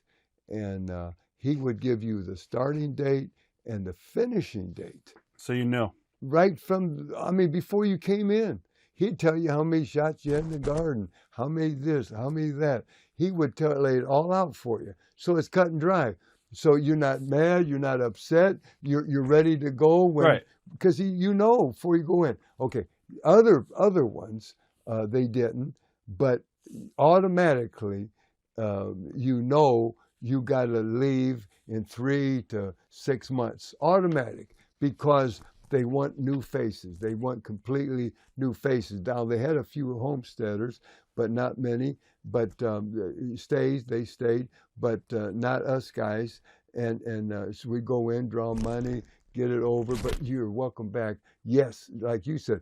But it's so funny. It was a running joke that the promoters years ago, they'd say, hey, now you can buy a house here, but it better have wheels on it, you know. Right. Better have wheels on that thing, man. But I was fortunate to I would book myself, or they would ask, Jimmy, do you want us to help you get booked somewhere, you know? And if you wanted, they would call, you know, wherever. And we had maybe almost 30 territories you could go to, or 20, 28, 27, I don't know what it was, and so many. And but I was very fortunate. I worked all the big ones. I was very lucky, and you know, a lot of people. Man, I just love Memphis, man. You know, That was in '77. Yeah, I was going to ask you about. Oh my goodness, yeah. You made your debut there in '77. Yeah. Mm-hmm. Yeah, What I did real fast is my oldest daughter, Robin. Time she was in 8th grade, she was in something like 15 different schools. So look how many times she had to move to do that, and I mean major moves. You know, oh my goodness, you know. So time she started high school, I wanted to just be settled. Then I'm just going to go on the road myself. So I built them a nice home in Lansing, Illinois, and a new home, and then so I want them all to finish high school, all the same school, and just be settled. And that was the reason I did that. So before you went to Memphis in '77, I think you had one big match with superstar Billy Graham in St. Louis for Sam Munchnick. Do you remember that match? Oh, I do. Yeah. Yeah. Oh, yeah. Billy was so cool, man, and you know, I could talk to him forever, man. We just talked the same jive, man. You know, in fact, Strongbow used to call me Jilly Jive. That's all he ever called me, and I remember. You know, when they inducted me in 1996 in WWE Hall of Fame, and I was so honored, and of course he was one of the agents then, and all he said to me, he says, "Congratulations, Jelly Jive." He says, "You deserve it." And in other words, you know, because of the interviews and because of what superstars say, man, we talk our own language, you know. 100%. You guys do remind me with the promos the same. Yeah, brother. Yes, sir. Yeah. Yes, sir. Yeah, beautiful, man. Memphis, Tennessee. You debuted there in '77. What was that territory like, and what was it like working for Jerry Jarrett?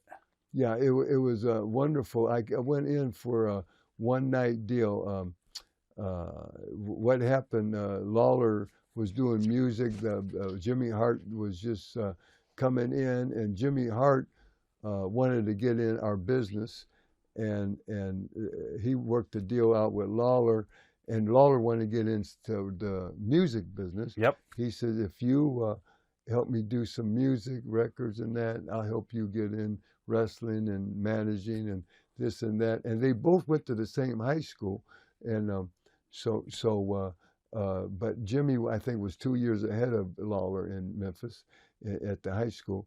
But so they knew each other, but they didn't know each other. They knew of each other, and because Jimmy Hart was, man, he was on that Ted Mack original amateur hour, and you know, they had a #1 hit was "Keep on Dancing," man. You know, the Gentrys, right? And he won all that stuff and did a little deal. So he was hot from that and the Gentrys, and so when I went in and it was the 1st of August in '77, and I remember the 3rd week I went in, Elvis died, and God bless him, in 1977, and he was a big wrestling fan.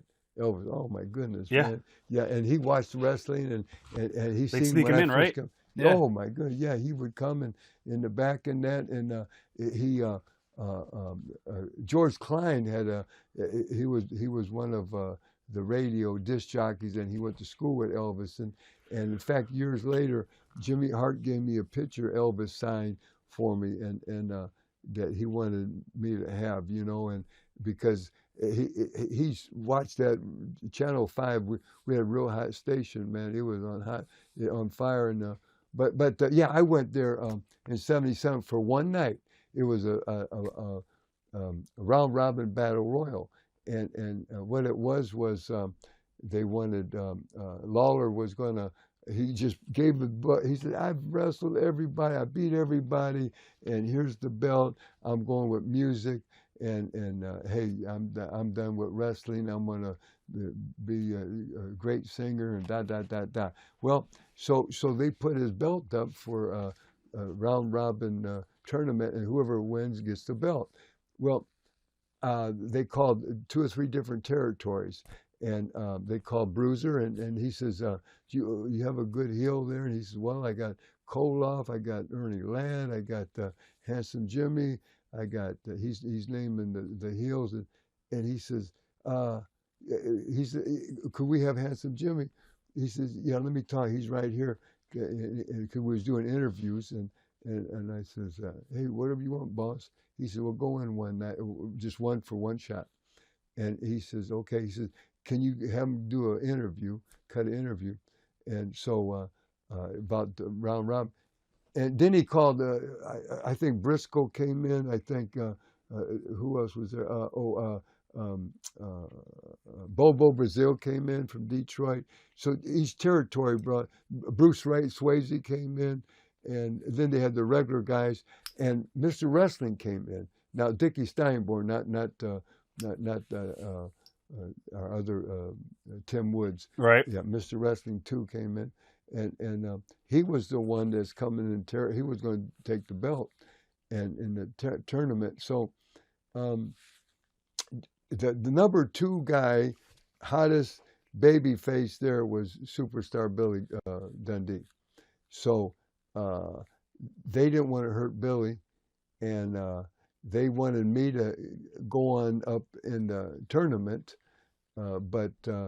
You know, to Briscoe or somebody, and whatever.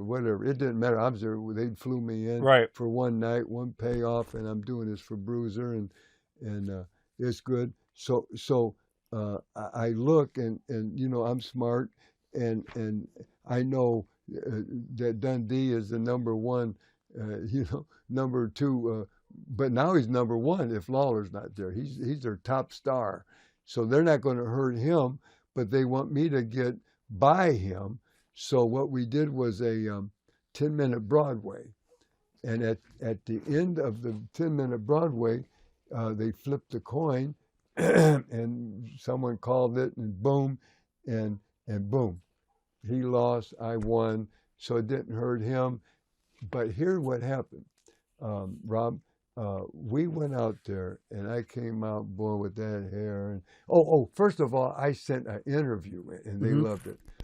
And I talked about all them redneck Tennessee hillbillies. Your Memphis promos were the best, by the way. Oh, brother, they were the best. Thank you, sir. And I said, you know, you tobacco chewing, wick, children raising, you know, food stamping, you know, hillbillies, one horse town of Memphis, Tennessee.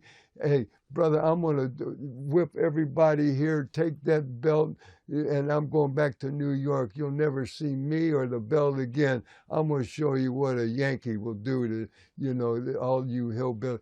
And I'm putting Tennessee down. I was born in Tennessee. My uncles, my aunts, my cousins, and I came from a big family. My mother, there was 12 children on her side, you know. All right. And my dad, there was 10. And I got all my cousins. I love Tennessee. That's my state, man. My people's there. But I'm doing this for business, and I'm knocking it. So they loved that interview. But when I came down, me and Dundee, and man, it took me 5 minutes to get my jacket off, and I'm back at, and then boy, I pop them and get the heat, and then big calm flying, backdrop bumping, boom, over the top, bing. We didn't stop. 10 minutes, tore the house down. Second match, right? Get it over with. Flip the coin, and I knew I had one more, and then I'm home. I'm gonna shower. I'm gonna go and sleep and go back to Bruiser. and so when I came out of that, from that, man, Jerry Jarrett says, Handsome, please, would you come in our office, please? And it was just a makeshift office. It was a dressing room where Right. him and Lawler and whatever. And he says, can you come back next Monday? Because they run Memphis Coliseum every month. Mid-South. And I said, man, I don't know. You have to talk to Bruiser, you know. He said, what's the chances you can? I said, well, chances are good because Bruiser don't run on Monday. He said, but I gotta be back, just like, you know, they got me on the First Thing Smoking. And then they start putting me on the red eye after Memphis so I could make the interviews the next day. Because at 9 o'clock we had to do interviews for Bruiser all Tuesday for 6 hours, you know. So that first day I stayed over and I missed half of them. He says, this ain't working. But meantime, he said, is there a chance? I said, yeah, there's a chance. Call Bruiser, he's my boss. Whatever he says, but there's a good chance. He says, fine. He said, come here, do an interview. So they took me in the back with Lance Russell, and I did an interview. And I'm telling them, hey, I told you I beat everybody here. This one horse, hillbilly, town man, Tennessee, whoever heard of Memphis. I'm going back to the Big Apple, New York City, man. Big light. You'll never see me or the belt again. And boom, and I'm out of there. See, and I did a smoking interview. Well, they played that on TV, and they had me rebooked. I went. Then I beat. I had a bye, and then I beat a Briscoe. Right. And then I came back against Mr. Wrestling, Dickie Steinborn. We just lost him, brother. Just this past year. God bless him.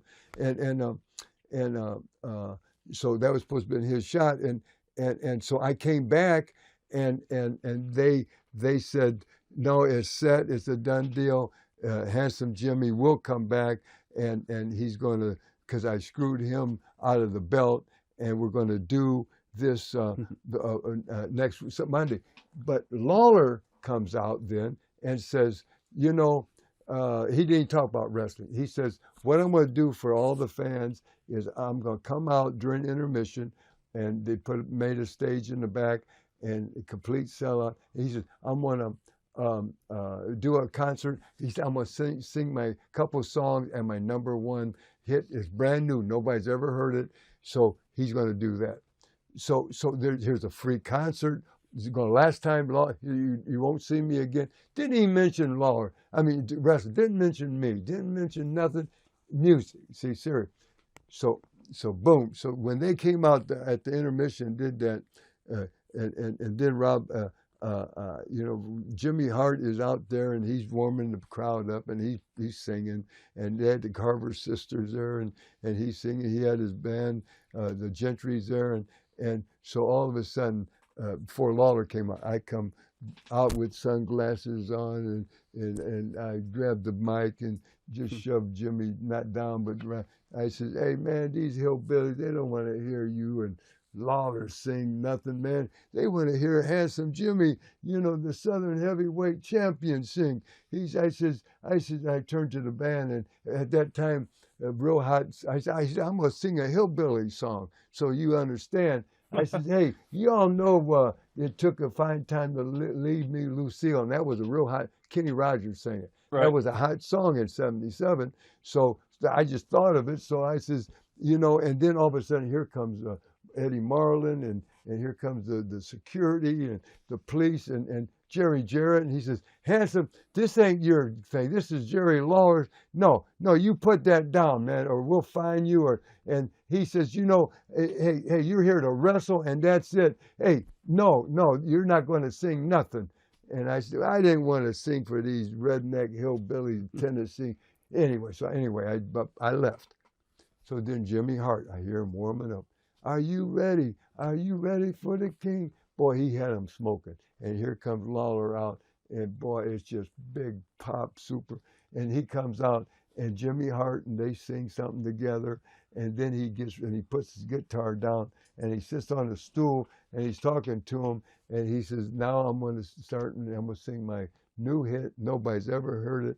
So as soon as that happened, and just as the music starts cranking up, boy, and he's getting ready to do, man, I come running out, boy, and I take that guitar, and boom, I hit him, and it just exploded. 1,000 pieces, boom, that guitar all over the stage, and I put the boots to him, and he's getting, man, he's bleeding, and I'm kicking him, and here comes the cops, I'm doing fighting and ding and dang, and boom, and boy, they get me off that stage, and I get out of there, and then of course, that sets everything up. Right. Following thing, and we had what a feud. That's how that started in Memphis, Tennessee, with Lawler. Yeah, I'll talk a little bit more about Memphis because you left a little bit and you went down to Florida for a little bit.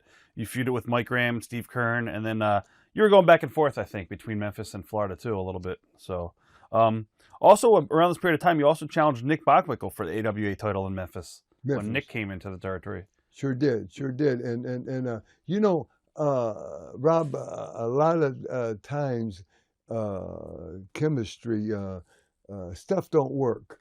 And Nick was one of the greatest talkers, greatest rappers, grapplers, man. I mean, he could do, oh man, I loved his work. I loved to watch it. But certain styles didn't click with me. I was more of a brawler, and he was a wrestler. And it just don't fit in there. And I knew, and so of course, now this was when Lawler broke his leg. So I was the king for 9 months till his leg was healing, and so they didn't want to hurt me. I had to go an hour with them, an hour Broadway, and boy,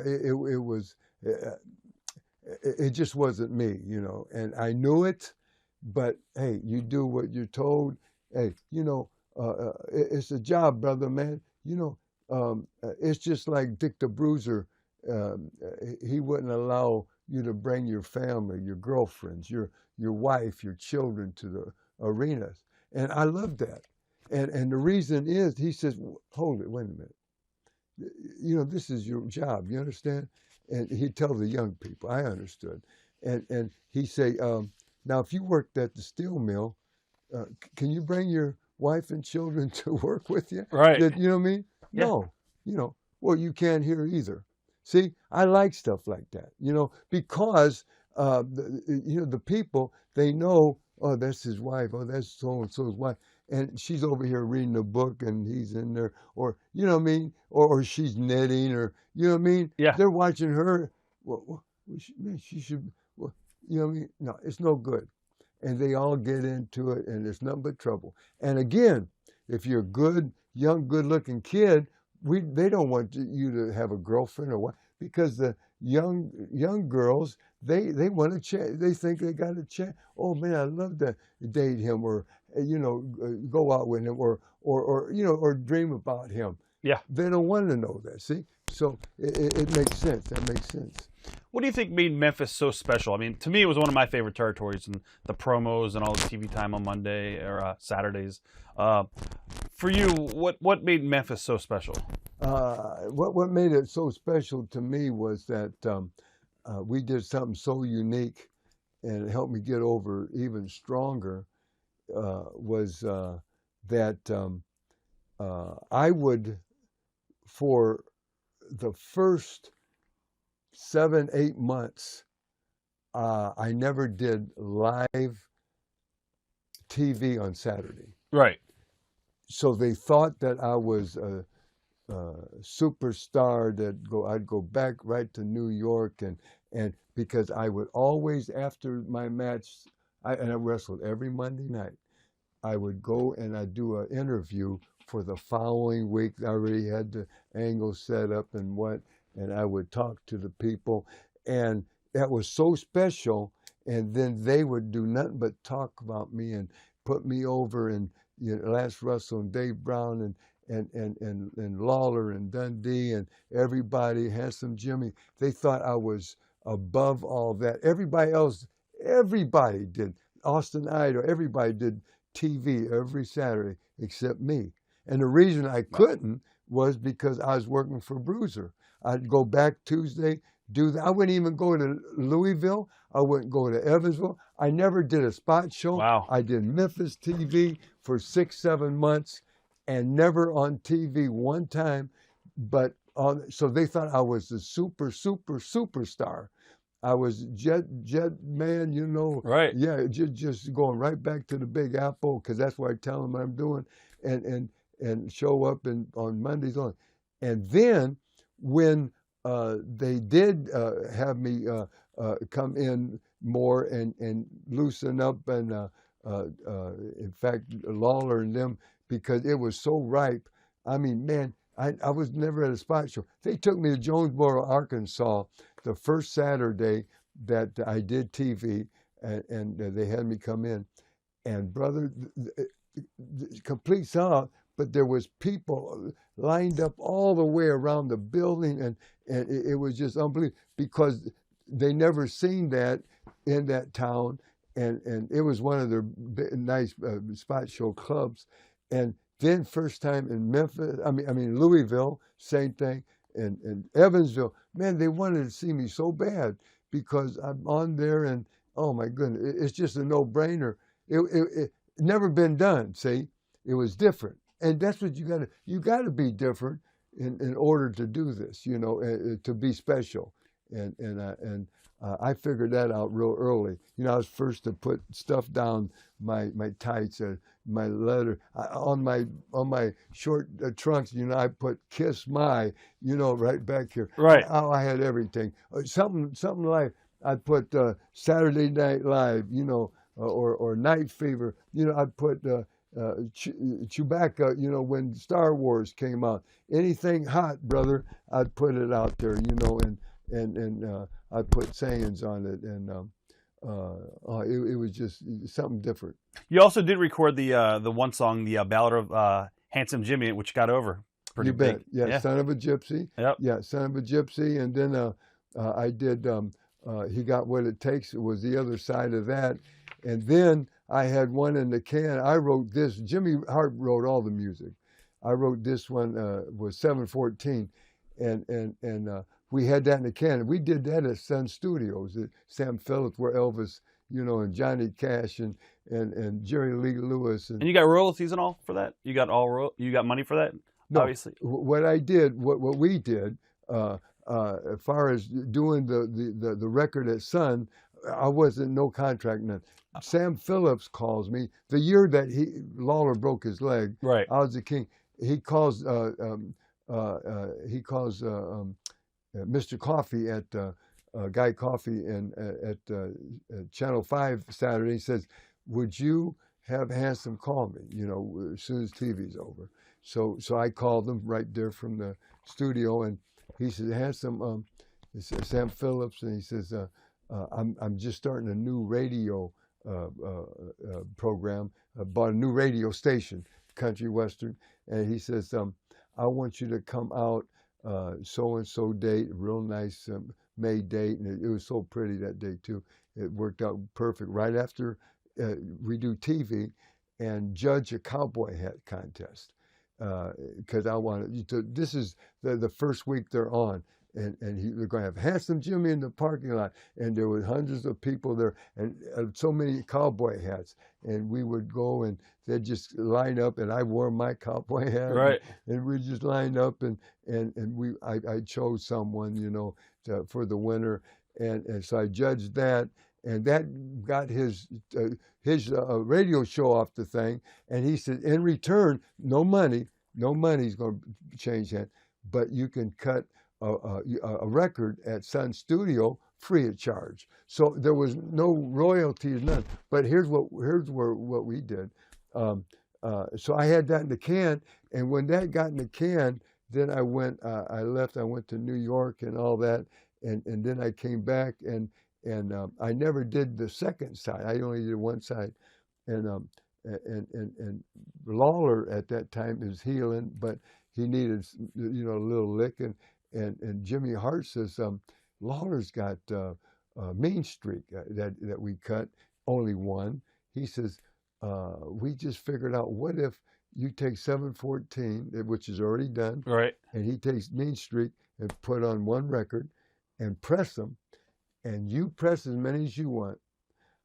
Jimmy Hart, I'll press as many I want. Lawler will, and we'll all sell them different places, and we all sold them at the arenas and different places.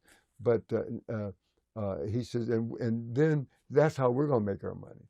So we pressed it and Gotcha. bop, and that was our royalties. Yeah. Early memories teaming up with a honky tonk man, Wayne First. Oh yeah, man. Yeah, he was. That's Lawler's first cousin. Yep. Along with also Carl Fergie was his first cousin, and good boys, both good workers, and Fergie went to Oklahoma and became one of their top referees at the end there, and great guy. Wayne he was just, man, he's just a handsome Jimmy freak, man. He just loved me, and I really took him under my wing and helped him, tried to, and talked to him and gave him so much encouragement, and I seen so much in him.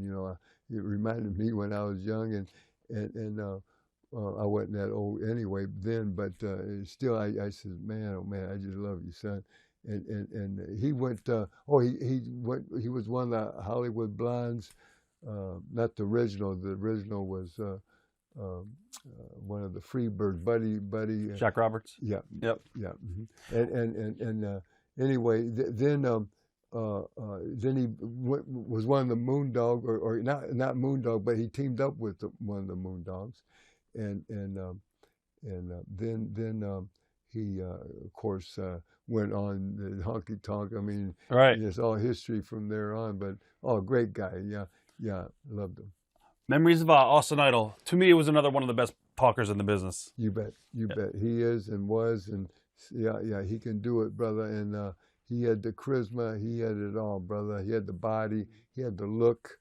And Mike McCord is his name, and he was in that plane wreck accident. Yep. And I know when that happened in Tampa Bay, they just ran out of gas, and man, and Gary Hart was in there, and Gary, that's why you see how Gary walked. His feet was all messed up from that wreck, and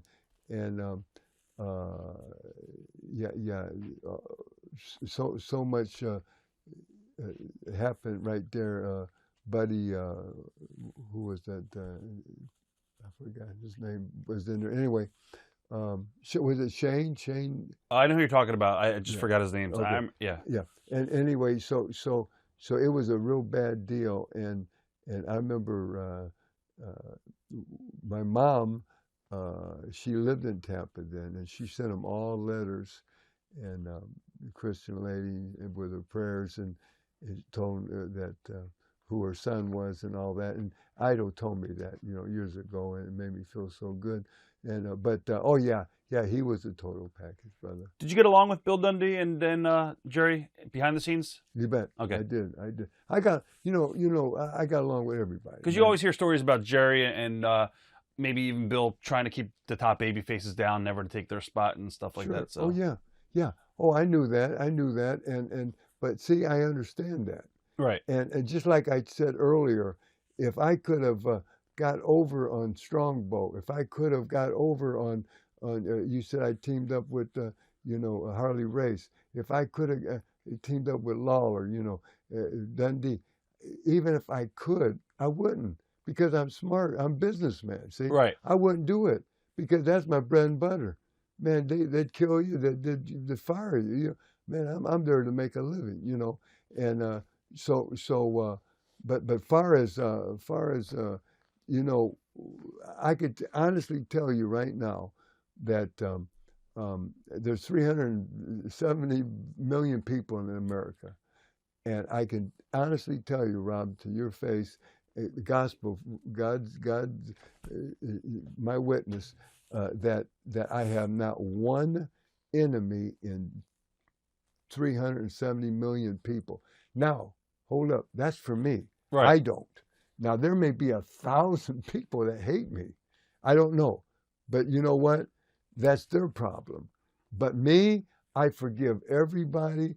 And people's done me wrong, man. And you know what?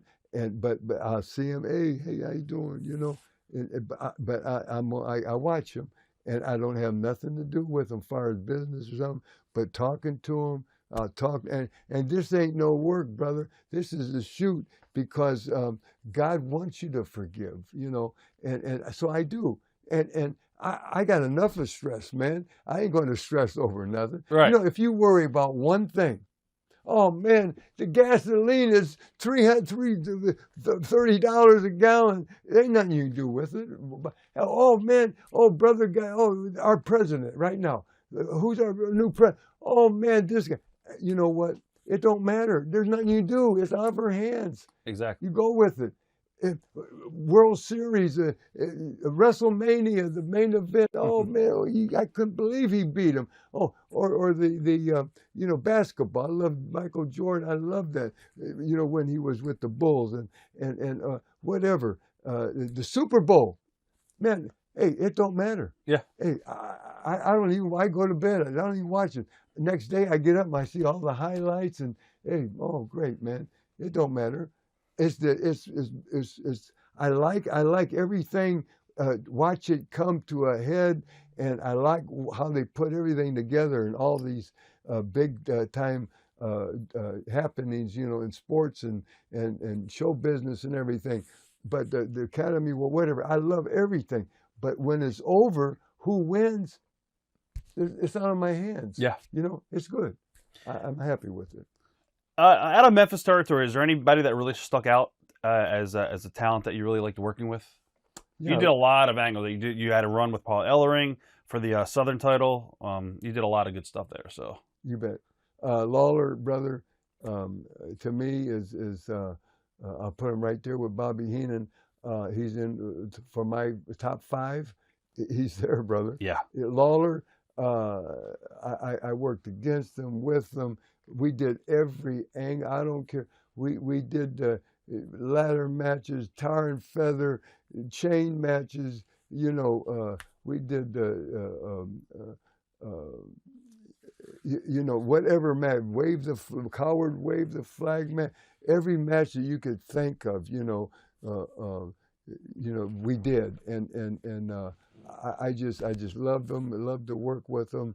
It made nothing but money, and he's the best. Lawler told a story in his book that I guess Jarrett bought you a house in Memphis and tried to get you to stay with the company, but you left the territory. Is that true? True. Okay. True. And they moved me there, and I would go in from Crockett's in the 80s, and every time I come in, they'd say, "Handsome, when you coming home?" And I said, "Oh man, you know, I'm cooking there. I'm doing good, and I'm happy, and you know, my wife at the time had a flower shop, and with me and Dusty Rhodes, our wives had together, and then I bought Dusty out, and so she was running that, and you know, I was happy there. So you know, why make the move? And even Vince Jr. called, and you know, I wouldn't go, and right, and that was something. Now if Vince Senior called, I would have went. And I love Junior. What year was this when he called you? Pardon me? What year did Vince Jr. call you? That was when they were making the switch, and they were taking everybody, Piper, so Valentine. 85, this was 86. late Okay. 80s. All right, we were just talking a bit about Jerry Lawler buying you a house, and you wanted to tell an extra story about that. You bet. You know, in Lawler's book, and he wrote a great book, brother, and he says, yeah, me and you know, he was partners with at that time, and he had the half of the territory with Jarrett, and so they both did it. So I'd go in, and he said, hey, Hans, when's you coming home? So I got tired of that, and I says, finally, I says, next time they ask, they fly me in, they call Crockett, hey, we have Handsome for, you know, a week, 3 days, whatever. And he says, I says, I'm gonna tell him, buy me a house, and I'll come here and stay and work and be yours. So he asked that, and sure enough, hey, when are you coming home? And Jerry said, and they was both there, and I says, guys, look, buy me a house, and I said, I'll come and I'll stay with you, and hey, I'm all yours. Exactly what I told him. And they laughed, and oh, Handsome was the house. Oh, geez. And, you know, so we just blew it off, and we went on about our business. And I went back to Memphis. I mean, went back to Crockett. Brother, 3 days later, half that week, he called Lawler, and says, well, we already talked to Jim Crockett. He says, you're coming here for 2 weeks. In a couple of weeks, you're coming here for 2 weeks. And he says, while you're here, he says, we're going to have it all worked out. We're going to have you go around, pick your house out. And I said, Memphis. He said, wherever you want. And he says, okay. So that's what happened. So they bought me a house. You know, I had a little swimming pool, his nice little home right there in Memphis. And in Lawler's book, here's the funny part. Lawler's book, his autobiography, he says, yeah, we bought him a house, Handsome, and in 6 weeks, he gives us the key back. You know, and this is gospel. And the deal was they took me around. We found the house I wanted. They signed it. And what they were doing, I came in, and instead of 6 weeks, I tell my book, my autobiography, Woo Mercy Daddy, I stayed 6 months. And the deal was, they said, Handsome, what do you want now? Because you're not going to have no house payment. And we made a deal. I had to stay there 5 years for them. And I signed it as a contract. The lawyers with us, man, everything. Riding around in Jared's limo. And we signed it all together. All of us put our name on it. And I had to stay there 5 years. And the house was mine, the deed. So every Monday, they took it right off the top of the, you know, whatever they paid for it. They paid for that house going to in 5 years. Well, in 6 months, here's the deal. He said, now, how much money, what do you want a week, you know? And I says, okay, I don't have any house payment, so that's good. They're paying for my house. I got to stay here 5 years. Okay, I'm trying to make it easy on them. They're asking me when I could have said anything. I said, and I'm trying to, honestly, I'm that way. I'm trying to help the company, and they're buying me the house. 5 years is mine. I says, every Monday at Memphis, you give me $1,500 cash. That's my week, every week.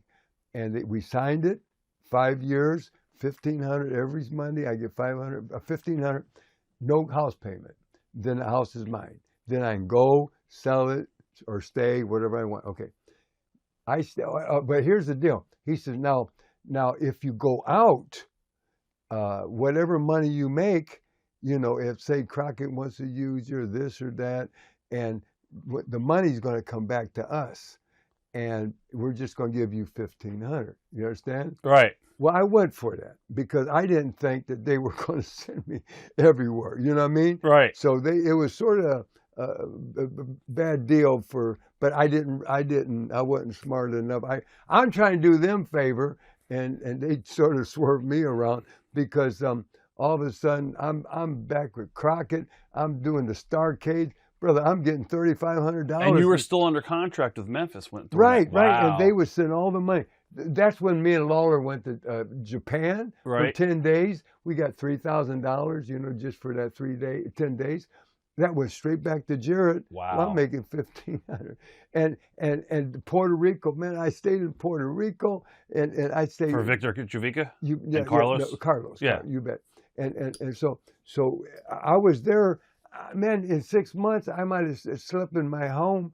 Honestly, wow. You know, 3-4 weeks. I'm serious. It's a great story. Yeah, it is. So I said, this ain't cooking. So now I'm back in Crockett all the time. So I'm Dusty. Every time I go there, you know what they say? Boogie, when are you coming home? They want me back there.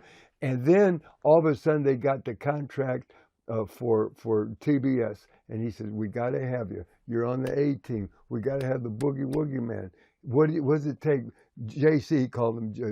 Jim Crockett. Yeah, Junior. And he said, JC wants to know, what do you want, man? Tell me, we want you back here.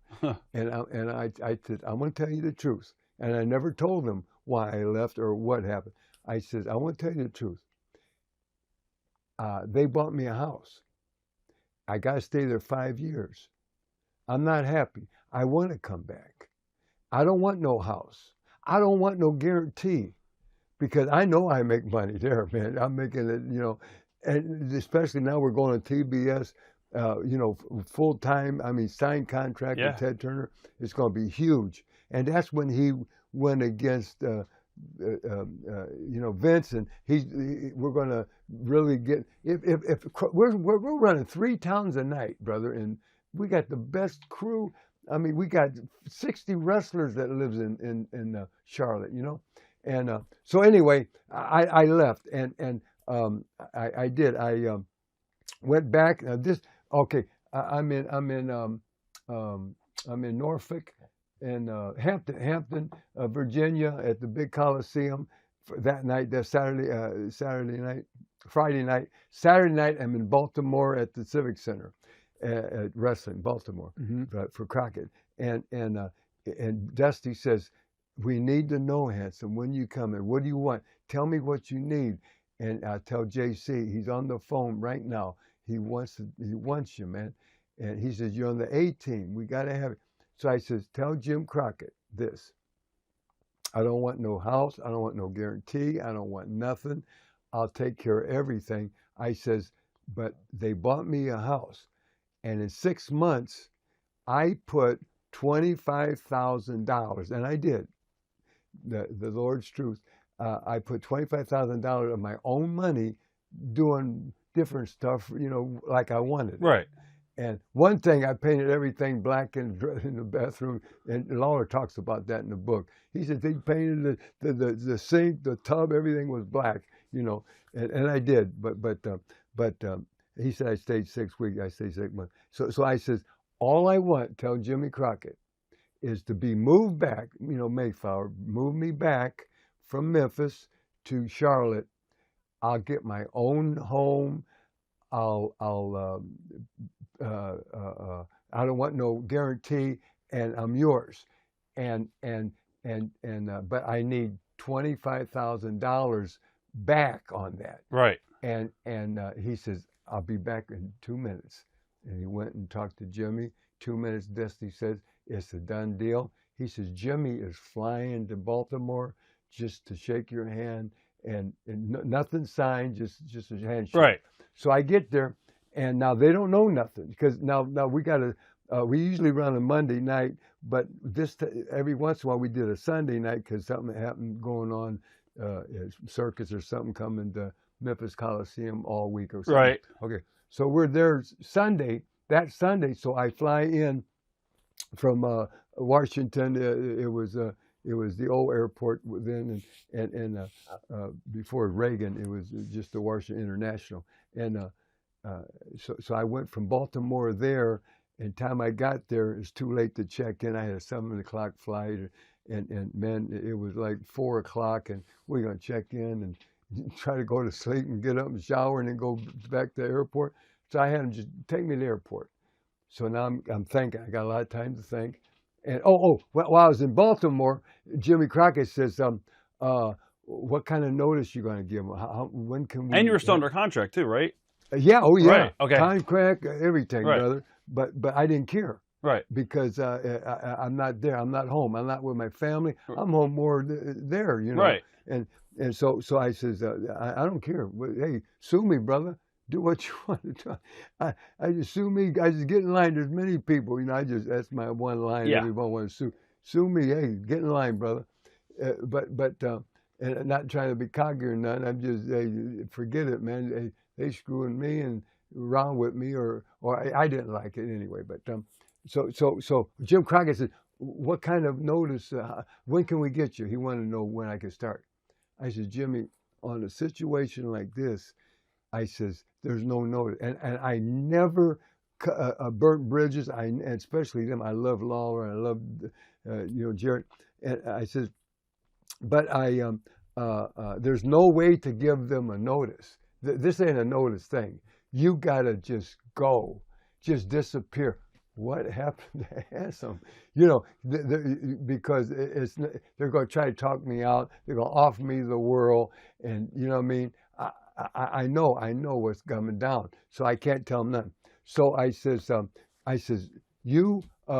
this was on a Sunday. I says, you give me a week. I says, you book me next Monday. Not this is Sunday, not this Monday. A week from Monday. In Greensboro, I mean in Greenville, they ran it every Monday. Right. And I'll be there, and I'll be living in a house, and I'll have all my furniture there. I said, trust me, I'll do all this in 1 week. Now I go. We work the afternoon show. Right away, I see Guy Coffey, the man, and I says, Guy, can you get my money, please, a little early, and because I got to get out of here. I just told him, Right. And so he goes, gets my cash from the box, and I put it in my boot. I got $1,500. That's my week. Yep. I paid up, and then that night, me and Lawler's working.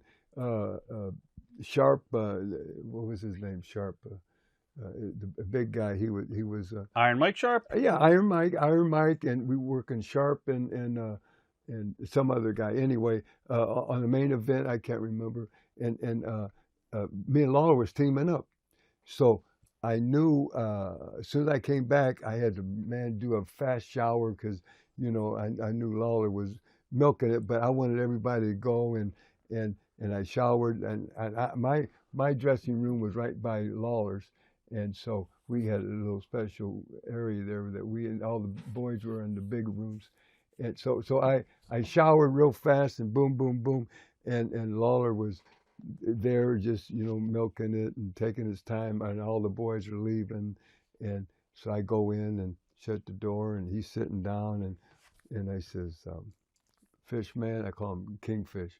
I says, Fishman, this is nothing personal, and he just, I never seen him speechless. He didn't know what's coming, and I says, this is nothing personal. I love you, and I says, it's business, nothing but business, but I can't do this no more. And I had 2 keys. And I had them taped up. He talks about it. And I handed it to him, and I said, please stand up, brother, please. And he did, and I gave him a hug. And man, I kissed him, man, right on the cheek there, and I said, I love you, man. I says, thanks for everything, but I can't do it no more. And he didn't say a word. I go, get in the car, I go home. When I got home, the phone is ringing off the hook, and I unplug it, and I told my wife, I said, no, and I told, she didn't even know. I didn't tell her, because I just flew in, went to the thing, and got it done. Okay, then in 1 week, I unplugged the phone, so this Jarrett is there trying to get me, trying to talk to me now. I'm not talking because they'll try to offer me the world or whatever. So 1 week, I get right on the horn, brother, Ben. The next morning early, Mayflower, I says, please, brother, I got to do something. I go into Charlotte, what you got going, man? And I tried this Handsome Jimmy and Lucky, they were wrestling fans, and they moved stuff around, and they said, man, we can be there Tuesday morning. Tuesday, that's the next day. And brother, we had everything packed Tuesday, and when they packed, I followed the truck, not there, because but I followed them out of the neighborhood, and I took off. I went and got me a house, and I had their number, and I had to get me a house like that to live in, to rent, Yeah. And so luckily, man, I was making calls, and I had a house already lined up. I gave them the address, deliver it here. They're on the road. And the time they got there, man, I got the furniture in there. Boom, Monday, I'm right there at work, and started work. And then Jimmy gave me the $25,000 back, and wow. I started working, and Jared tried to sue you at all, or no? No. Wow. No, because I put $25,000 in it. Right. They sold it. They made more money. This was Handsome Jimmy's, man. Handsome Jimmy's house. Yeah. And so no, they not at all. Not at all, brother. And because they wanted me back. Right. In 6 weeks, man, they called me back. you know, Did you go back and work again? Of course, yeah, Wow. brother. Like nothing happened, and great. they would love to see me. And oh man, I'm still going in for Lawler doing different stuff. And It's great. they Great called story. me for that 50th. And, Yeah, that just happened. yeah, and I couldn't because of all this stuff going on. It's And an awesome story. yeah. Have you told that story all in full in your book? That story you just told? Yes, yeah, Oh, such a good- everything's awesome, in there, brother. awesome. Yeah, yeah. So- I tell them, even I say Lawler said 6 weeks, but it's 6 months. It was. Yeah, I did. I the whole story's there. Now, before you went to Crockett, you worked in Mid-Atlantic before you went in full-time for Crockett. The first time you went in, we didn't even talk really about that. Dusty was also there, I believe, around this period of time. There was a lot of talent in Mid-Atlantic. You had the Masked Superstar, Iron Sheik, Missing Link, Wahoo, Mr. Wrestling 2. What are your memories of the first time you went in to work for Mid-Atlantic? Oh man, it was all good. You know, the Sheik, we all lived in the same, the same like duplex. Right. You know, there in Charlotte, right off of Nation Ford Road. That was exit off of 77, exit 4, and I was at that time married to Big Mama, and we had Big Mama's flower shop at that time, and so that's where the shop was. We put the shop there and everything, and then it was just all good people, man. You know what? Dewey Robinson, you know. Yeah, Link. Oh yeah, the Link. But he was a good looking baby face, you know, Canadian, and I wrestled him in Canada too. But he helped me a lot, and far as you know, the first time in, you know, getting me acquainted with everything and places, and this is where we do and that and he helped me get the apartment too. Why didn't Crockett and Ole, when he first came into the territory, know that you're a good babyface? Is it true that Jarrett had to smarten him up to the fact that you were, you know? Yeah. Okay. Yeah. When I went the first time, they asked me, "Do you want to go?" And I said, "Yeah, it'd be cool, man." You know, and to back to Memphis for some shots, and so.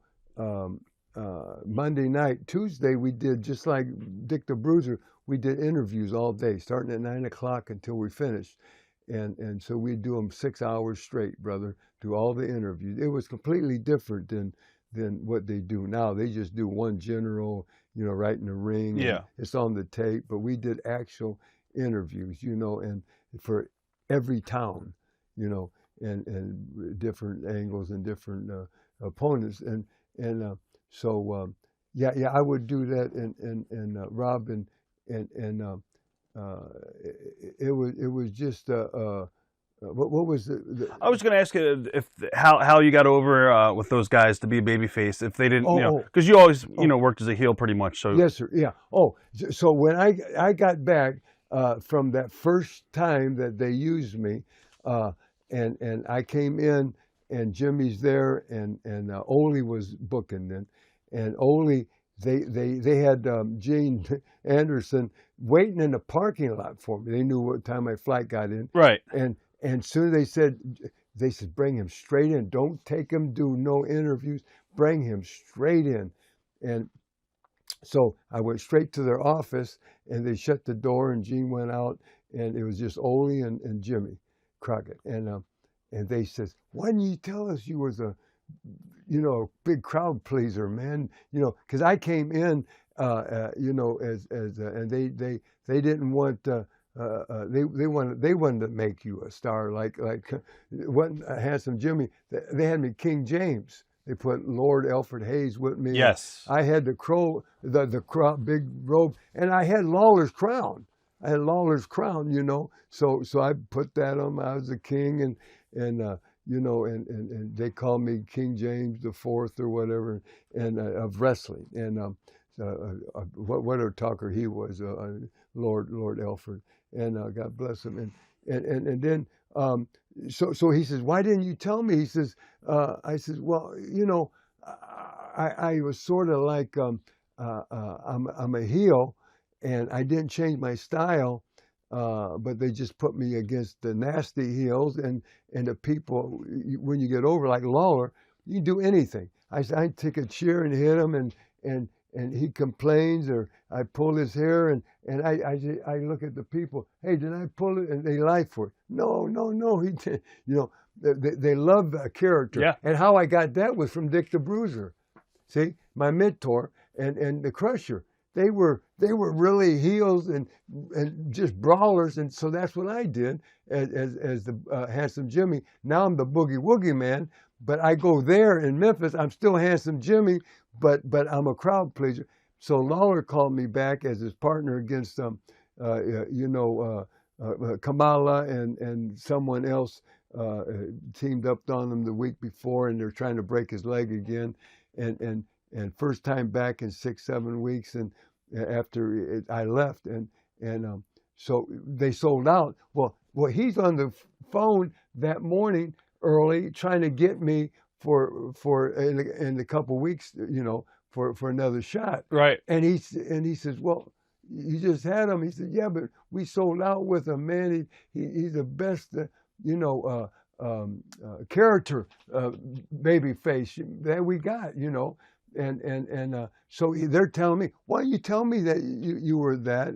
And I said, well, I just didn't, never came to me, brother. I do that there. But he says, well, that's what we want you to hear. He says, but we got to think of a different name. He says, it can't be Handsome Jimmy. It can't be King James. It can be Jimmy Valiant, but it's got to be what? And I said, it just hit me. I said, how about the Boogie Woogie Man?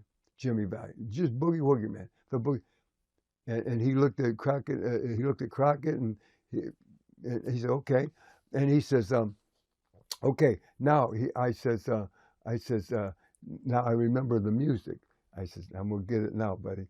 I says, because I was coming out to my own record there, you know, and so I said, how about if I come out to music? And he's, what? You know, Ole's, what? I says, let me come out to music. I'm going to come out, man, and I'm going to show you how the people get with it. You never seen nothing, because that's how Memphis. Right. They hit my music, and they just went nuts. They knew my own song, Son of a Gypsy. I got it tattooed right there, Son of a Gypsy, right here. And so I said, there's a real hot song I'm thinking. He said, well, what will you come out to? And I said, The Boy from New York City. I said, it was Manhattan Transfer. It's the hottest thing. They were playing it like crazy. The Ad-Libs did it in the 50s or 60s, and now they just came out with it. And Manhattan Transfer in the 80s, and it was hot. I said, how about that? And he says, Jimmy okayed it. And he says, how you gonna play it? I said, I'll get a boom box and we'll come out to it and put it on the mic and bop, bop, bop. And I get there and I'll grab the box and I'll dance with the people, whatever. Right. Okay. And the whole thing is, he said, okay. And he says, Ole said, he says, can you grow a beard?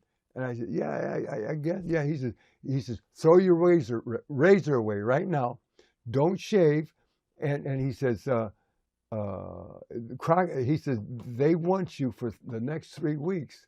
He says, so you're not going to be on TV. You're going to come back as a Boogie Woogie Man.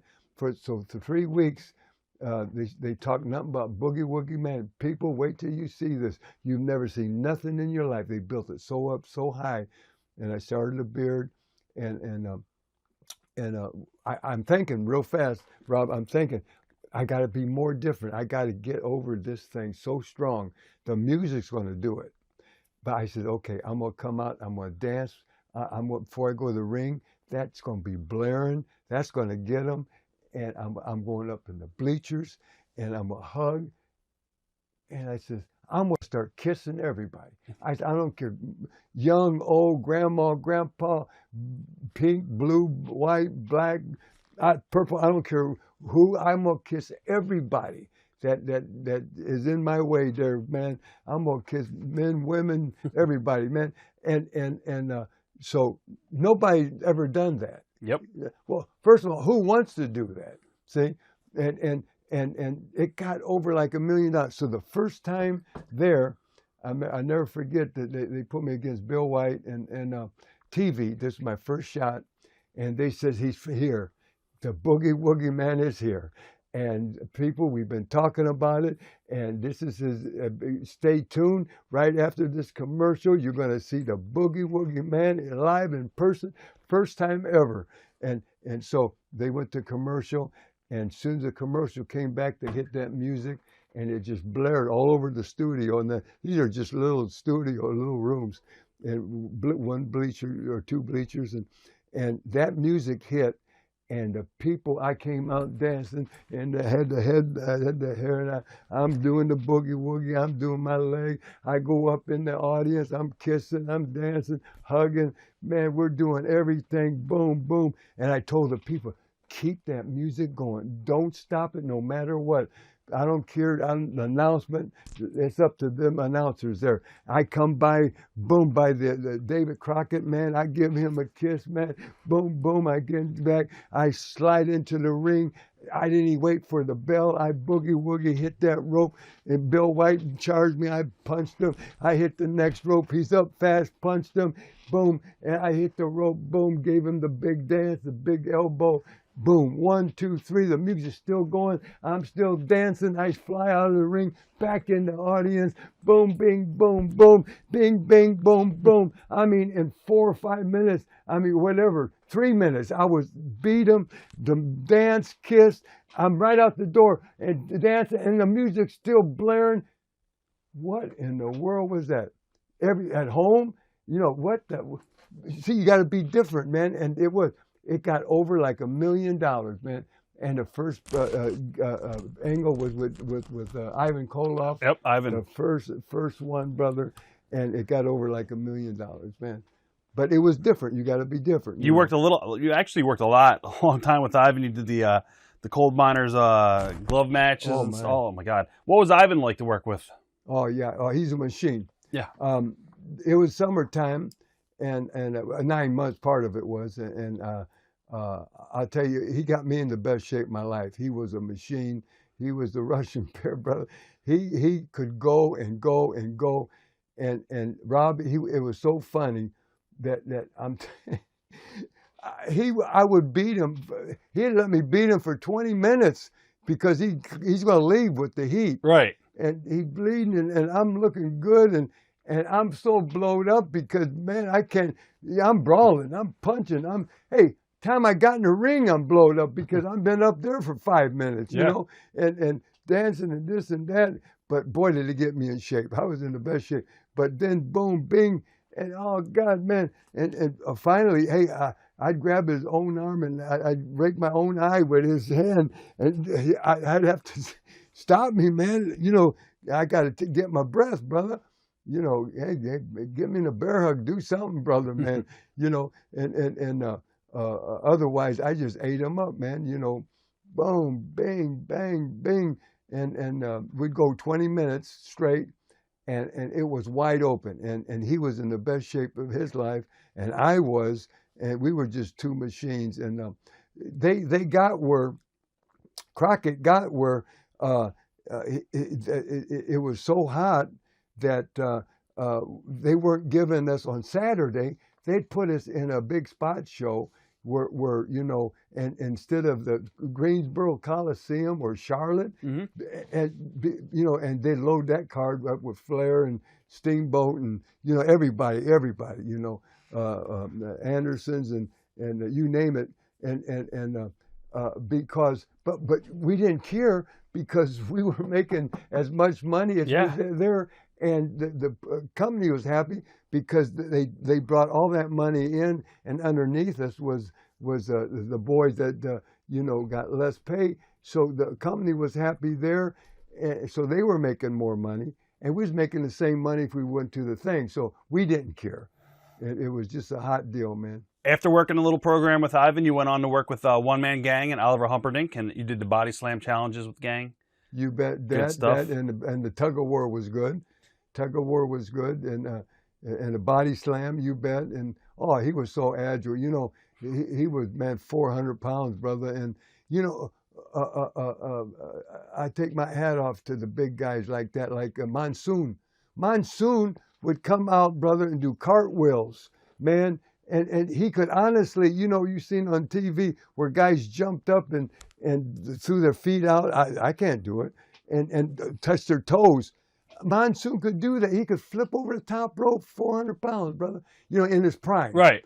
And now he was another collegiate wrestler. See, but one man gang, same way. He'd get up there, but like Ivan, get up there on the top rope and that being slam him off 400 pounds. You know, 400 pounder, they don't do that. Blackwell was a Jerry Blackwell. Yep. Same way, brother. Yeah. Let's talk about Roddy Piper. Oh, what was yeah. he like outside the ring? Roddy Piper, my favorite of all time, is my favorite talent of all time. So You bet.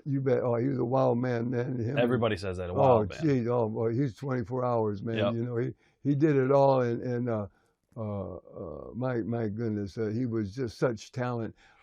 Me and Johnny was in San Francisco, in '76. Spent 9 months out there with Roy Shires, and they would send us once a month to L.A. To work their big show, and in '76 they had Piper in, and he'd been there. He was there for, you know, a while before we got there, but he was really hot, just getting over, and I loved his style. I loved how he talked, and he was needed a little weight. You know, he was a little thin, but I knew this would come, and he thickened up, but I said, oh man, I could see this kid, man, and they put him over for the Battle Royal, and he worked all the big deals there, and Vince. You know, he wanted to go find it because all the promoters worked together. Yeah. You know, so they wanted him a little exposure. So they sent him to New York for one night, and Vince says, "Man, I hate to tell this story, but God bless him, man. You know, I mean, they're both passed away, but Blassie was the big star." You know, He stuffed his pipes, right? He sure did, man. Yep. I was there, brother, and it broke my heart. I hated it, and you know, because this is business, and Wow. and whether Blassie didn't like him for that reason, or, you know, rib is a rib, but not when you're in front of 23,000 people, Madison Square Garden. Yeah. Because it's his first shot there, and you know, bagpipes, they're hard to get started anyway. Right. Because he'd get red in the face, man. I mean, and he's, you know, he had good lungs then, he's a young kid.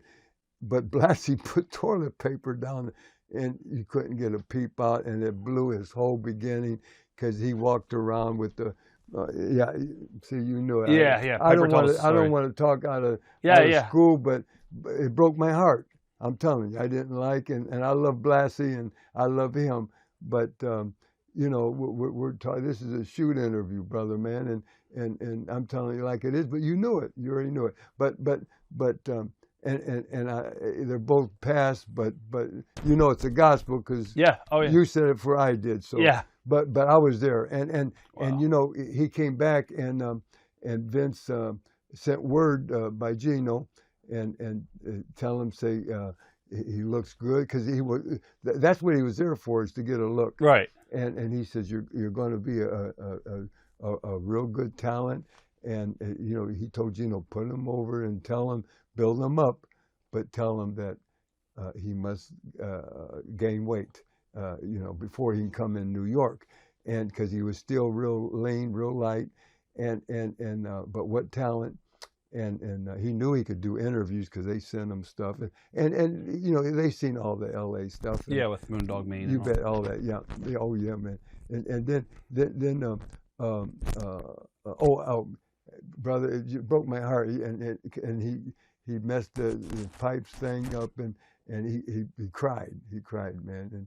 And I went over, man. I said, hey, it's good, son, man, because I knew him. Like I said, when me and Johnny was there. And I says, don't worry about nothing, brother. I says, they love you. I says, I watched every boy was watching you, son. I says, you're going to be a big star. And he was. He was indeed. You did the angle with Joe LeDuc where he busted your boombox, and then of course you worked with Gary Hart and Kabuki. Big angle there with the mist. You bet. Oh man, you know, going with the boombox and Bugsy was there with me and as a tag team thing and you know, funny thing is Bugsy would stutter. And then we'll talk about that in a second and thing. But Bugsy would stutter talking to you, but when he got on the interview, for some reason the endorphins, just like Mel Tillis, he couldn't say nothing, you know. But when he sung, just fluently. See, my grandfather, my own grandpa, he was a mountain country preacher in Tennessee, and he stuttered, and he'd go, Jimmy, and then he could talk, but when he preached, fluent, wouldn't stutter at all. When Bugsy, he would talk like that, stutter, but when he did interviews, boy, you wouldn't know it. Boom, and it's just whatever it is, endorphins or whatever. Once you start doing what you do, but you don't do nothing except cook it, you know. Right. And what was the second one? Oh, we were talking about the angle that you did with Gary Hart, Kabuki, which yeah, the color. Oh, brother, he would he would spray. I worked, you know, once you get in the angle with Crockett, we work 7 days a week. We work 10 times a week. Let me see, 7, 8, twice on 9 Sundays, times, right? 9 times. Yeah, we work Monday through Sunday one time, and then Saturday and Sunday would do a double shot. So that's 9 times we'd wrestle 9 times a week. Wow. TVs or something or house shows, and so we'd work that 7 days a week, and Kabuki, once you got in the angle, you'd work every night with this, and we'd just just keep feeding that angle, and he would blow blue one night, then he'd blow green. Well, I had that bleached blonde hair, brother, and it was stripped out. You know, it was white as snow, and so it get all over, and I had a beard all over the beard and this, and then you shower, man, and you know you can't get all that out, and then the next night he hit you with purple, and then boom, and you got green here, purple, then next night hit you with red. Hey, for 9 months I had a rainbow. I couldn't get it out, and I washed it, shampooed every night. You know, that was funny, and then until we got the goggles, and all this came out of Dusty Rhodes' mind, brother. Dusty Rhodes, I'm telling you, was one of the greatest minds. You have to have a mentor. You have to have someone to teach you the tricks of the trade, you know, elder passed down to your clansmen, your clan, your family. It's like if your grandmother didn't pass down this one certain recipe in your family, Rob, to your mother, and if she didn't pass it down to your sister, you know, finally, if your sister don't pass it down to her daughter, that recipe is going to get lost in your family, and it's gone. Right. Okay. Well, same with this. Someone taught Dusty Rhodes this, and then he took it to another limit, just like Vince McMahon Jr. I'm telling you, took it to the limit of his father, and I loved his father, and I loved Junior, but it's like Hank Williams Jr. He sings a song, you know. They wanted to be like his father, singing like his dad, the honky tonk song. Well, he did for a while, but then he had to go out and do his own thing, and got over like $1 million.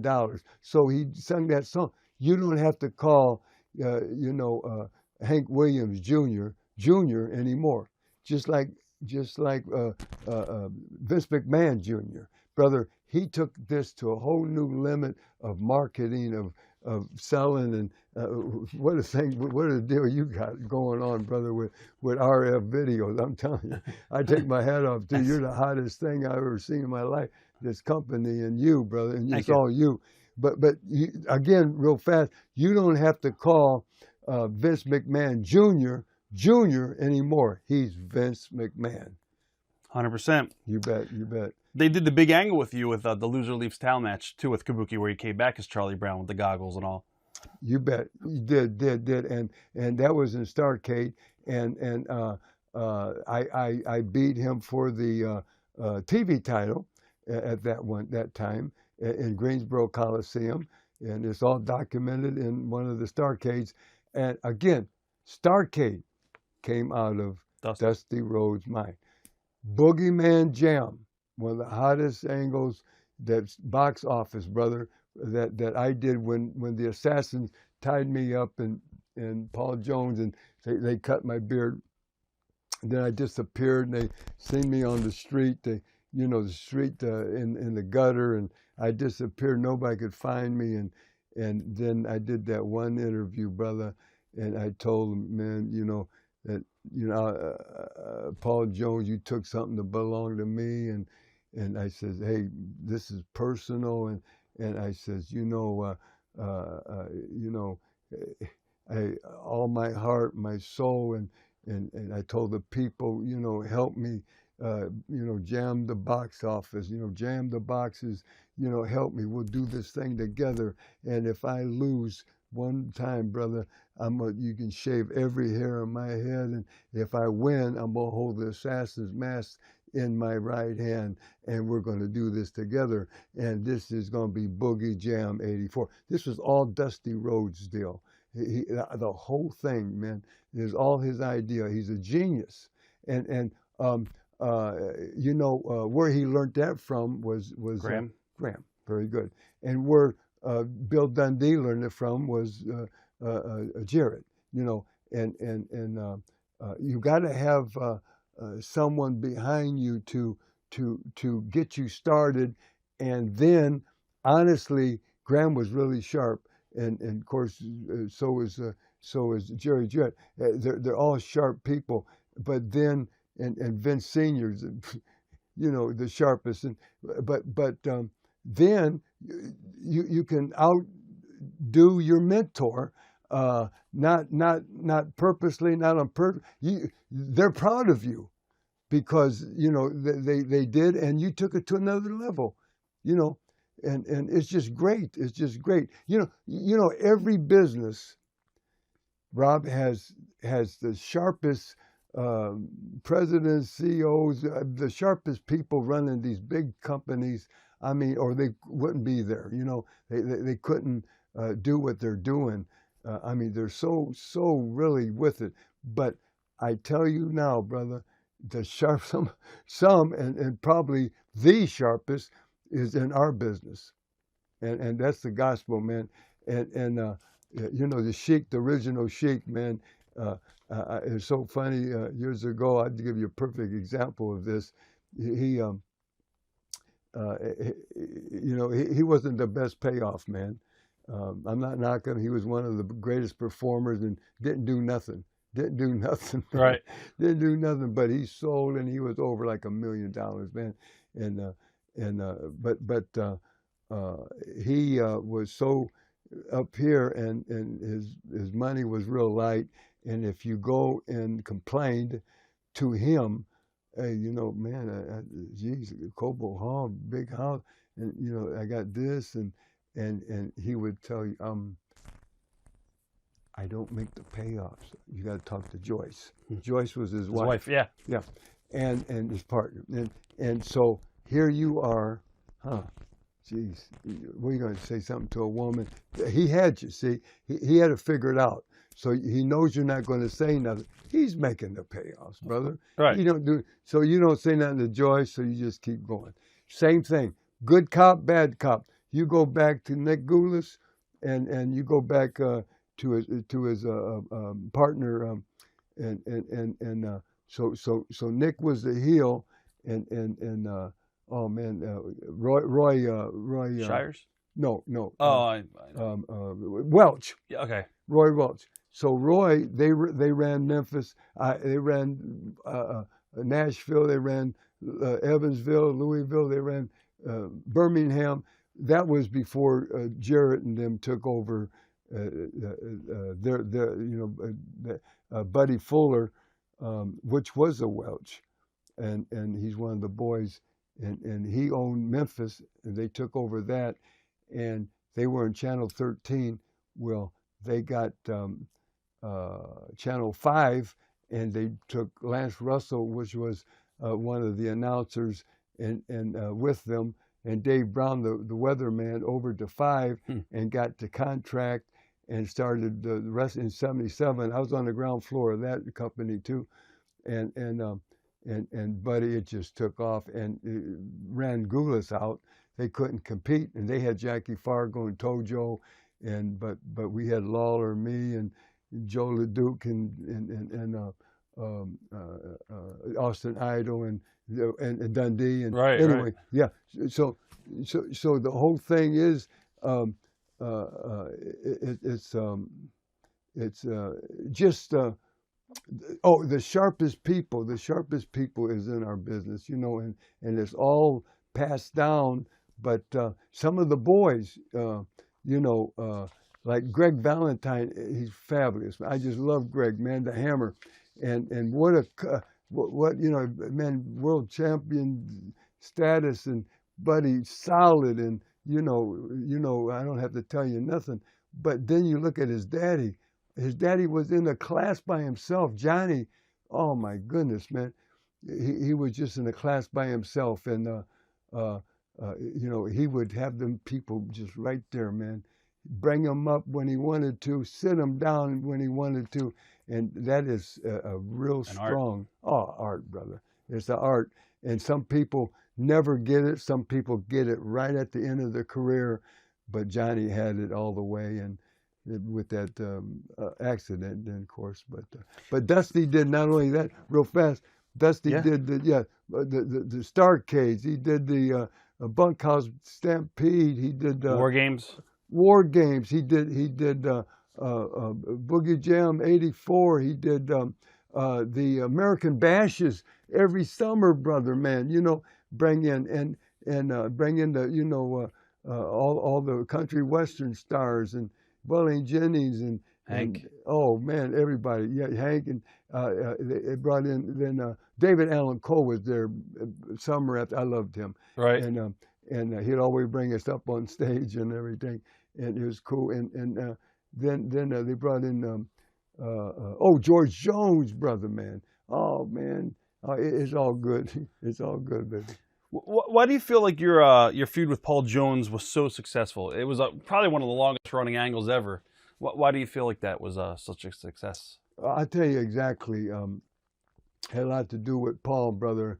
Mostly, you know, they had me. I was there 6-7 years, and the only place I homesteaded was there. The only place. I moved, you know, every 6 months to a year. Yeah. Or over a year and a half is long for me, but I stayed there, and just in 6 months when I went to Memphis, they bought me a house, and then I came right back with them. But Paul Jones was a heartthrob, man. He was the best looking guy, and just a good baby face, crowd pleaser. They loved him, and he was over like $1 million, Rob.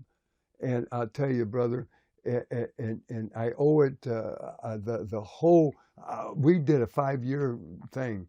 I either wrestled Paul Jones or one of his army 7 days a week for 5 years in a row. I'm talking about, you know, and he had Barbarian, Shashka Watley. He had Baron von Raschke. He had superstar Billy Graham. But then he was going as the Gung Fu fighter. You know, he'd come out instead of the blonde hair. He was shaved his head, and but then they brought in Abby was in there, and Pez turned on you. Handed, Pez, and Raging Bull, and turned on me, and for a suitcase of money, and Stan Hansen, so many in there, and they'd bring in bounty hunters for me, and they did everything to me, you know, oh my goodness, but the reason it got over so strong was that they never seen Paul Jones, as a bad guy, and he was so good looking, just the women just went crazy about him, and such a good grappler, good wrestler, and good everything. Just a real wholesome, like Johnny Weaver. He was a Johnny Weaver type, and Johnny was over so strong, and then when they switched him when he got older and he started to manage, he had that's your best heat. And if you're a heel for so long, and the people is going to start liking you, and then they'll turn you. And when you feel that, and if that company's sharp, they will see that, sense it, and switch you there, and it's the hottest baby face ever. Like I was, like Dick the Bruiser and Crusher. We were character, baby face. Yeah. Going back to Paul Jones, was it always planned for you guys to finish to be the hair versus hair match? No, that was my idea, and I'll tell you why. Because I seen the ending, I seen the trouble coming, and I figured. I talked to Paul, and I figured. I says, "Man, we got to get every dime we can, because it's coming to an end." And we were all on contract, so we knew we was going to get our money, but it was towards the end of that run, and everybody for years tried to get Paul Jones' hair, and as a good guy, and he never would. The heel would always lose his hair. So we started, and I started shaving Shaska's head and some of his army, and I was after Paul Jones, and the whole thing came down to, Paul Jones, you're soft. You used to be a great wrestler and a tough guy. I told him, man, I says, man, I beat all your army, and I wiped them all out, man. And it was just up to me and him. And I says, yeah, you ain't man enough, man, to, hey, I'll put my hair up, you put your hair up, or whatever the deal was. And we tricked him. We tricked him, and he thought he was signing something else. And he said, oh, I'll never do that, And then once he signed it, and we showed him what he signed, oh, you can't do that, And then I that's why I told the people, I've wrestled 7 days a week against his army, for 5 years, and he's been just managing with that riding crop, hitting the mat, and shooting orders to his army. Right. And I says, he's soft. I can beat him. And he signed. It's guaranteed. This is a guaranteed deal. And I'll beat him, man. And you're going to see a bald-headed geek. Bald-headed geek. Everybody, oh, man, everywhere we went. So it's a natural. They know I'm going to win. Right. They're going to see Paul Jones's head shake. Well, it didn't. Boom, brother. It came back on me, and I had him beat, and big angle, and referee Tommy Young didn't see it, and bing, they knocked me out with the cheer. I forgot. I think Roski came out, and referee went him. Shasta came in, hit me with the cheer or whatever. I forget what it was. Anyway, boom, and I had him in a sleeper or something, and he was asleep, but I fell and he fell. I forgot what it was. Anyway, referee turns around. Roski jumped down. 1, 2, 3. Boom, and he beat me, and he's asleep or whatever happened, and then they get him up, and boy, they're happy, and I took it like a man, and I did that interview, and I was just so mad, and they zoomed in on me, and then I got real wide-eyed, and I didn't say a word. I took it like a man, and I knew I got screwed, but I took it like a man because I said, if I get beat, and I got beat, and I don't know really what happened, but I took it, and my eyes got wide, and man, I just looked in that camera. I didn't have to say nothing. that showed it right there. And then so now he said, "Who's the bald-headed geek now?" And they got all my hair up, man, and they had it in a bag, and they'd bring it out for all the interviews. And who's a bald-headed geek? Shaska's, showing everybody, and so we put the thing up, and now, how are we going to get them going now? So we tricked them there again, and so finally, he says, "You got everything to gain, nothing to lose. Hey, we took your beard, we took your hair, we took everything. Hey, your history. Go to the junkyard, whatever." But we put Big Mama's hair up against his hair, and so we tricked him again some way, bop, and he didn't know it, and he's got the Army. Yeah, we're going to do the same thing or something different. Yeah. So what they did was bar everybody. They had someone up in the someone was up in the cage or up high. I forgot who it was. I know it was Was it Watley? No, it was Raging Bull. Oh, that's when he just traded that money for because me and Bull went then.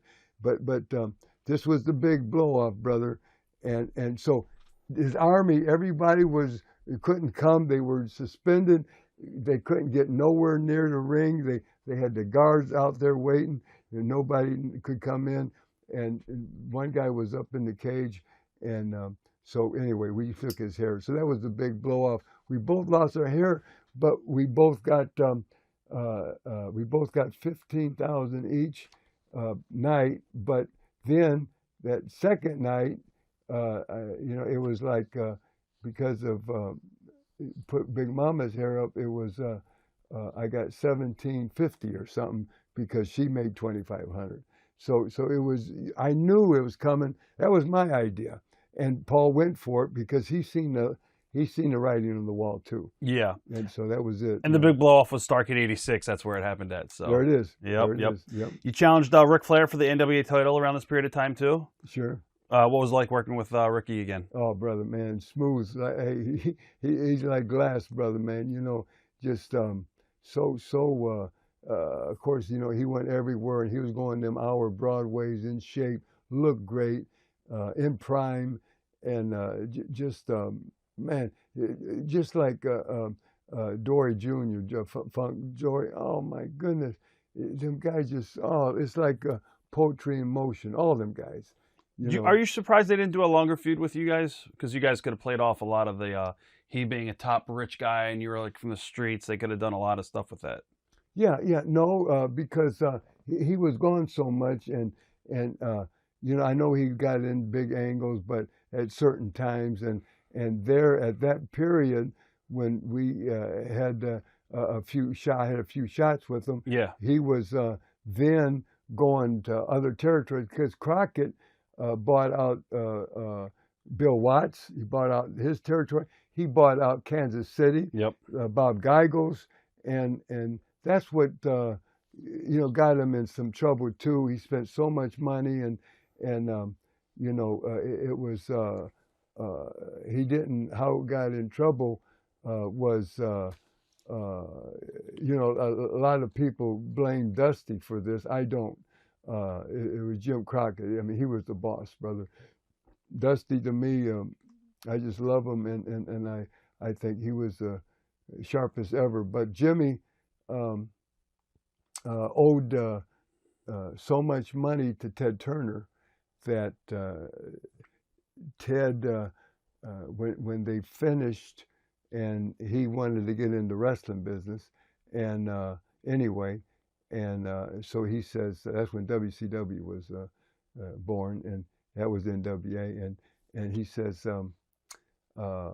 look, what I'll do is take care of all the Crockett's. And so Jimmy and David and he had a daughter and his mother and Jackie, the cameraman, and all these guys, they all got a good hunk of whatever dollars and paid them and then he let what he owed him go. That was paid for, so no debt, and they took everything, and all the boys and could go and there and start work. But he told them before this happens, and it was November of '88, almost 1989 when this happened. And in November, that was when our contracts was up. He says, you must, because he didn't want no legal stuff coming back on him. You must pay everybody that you have on contract. This was the last year. Right. And even though the money was dropping on us, that's why I seen that thing. That's why I said, Paul, let's give him that hair, man. Yeah. Because we need that big payoff, man. It'll be huge. And I says, because I didn't know if we were going to get all our money. But Turner told him, you got to pay everybody. And he did. We all got paid right up to what was on our figure for the year. And when that happened, and then that was it. That was the end. So you weren't surprised at all when Turner pretty much purchased the company. You knew it was coming. Sure. Yeah. So why didn't you go to Vince when Vince came calling you? Again, because I was doing well there. Okay. And even so well, and even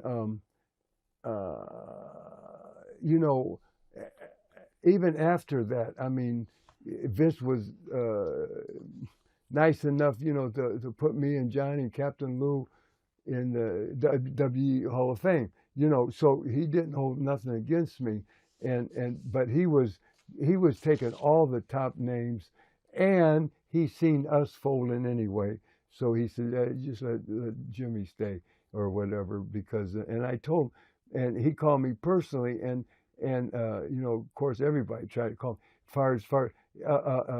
I know they wanted the Junkyard Dog get arrested in Louisiana. Now this is before Crockett bought them. So here comes Dog into Carolinas, and the deal was that I would go there replace Dog because they needed for Watts, right, to draw, you know, to draw his people and you know, because you know, I talked that language that got over and street people, you know what I mean, and so that was the deal there. Well, I didn't want to go. I didn't want to leave there, and they had even my good friend, man, Red. I call him Red. You know, Ernie Ladd, the big cat, man. He called me. He was there. He was Watts's right hand man. You know, and then even Watts called, and you know, the big boss, and I just couldn't go. So I couldn't go. I didn't want to go, and so I just stayed where I was.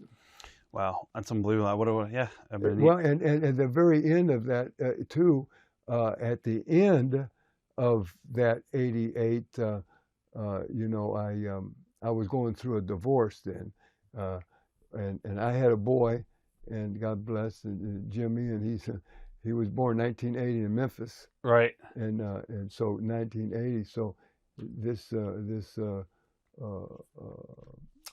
April he'll be 42 years old, man. Believe it or not, God bless him. But that's my baby. Hey, I got a daughter. You know, it's almost 60, man. You know, so you know, I got my babies and grandbabies. I got them all, man.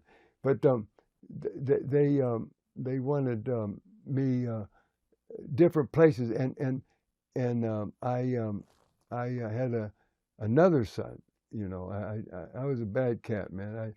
God forgive me, but I had another boy out of wedlock, and they were 3 months apart from Handsome, my boy, and so that didn't sit with my wife. She says, "Geez, you know, I was pregnant. You had someone else." Right.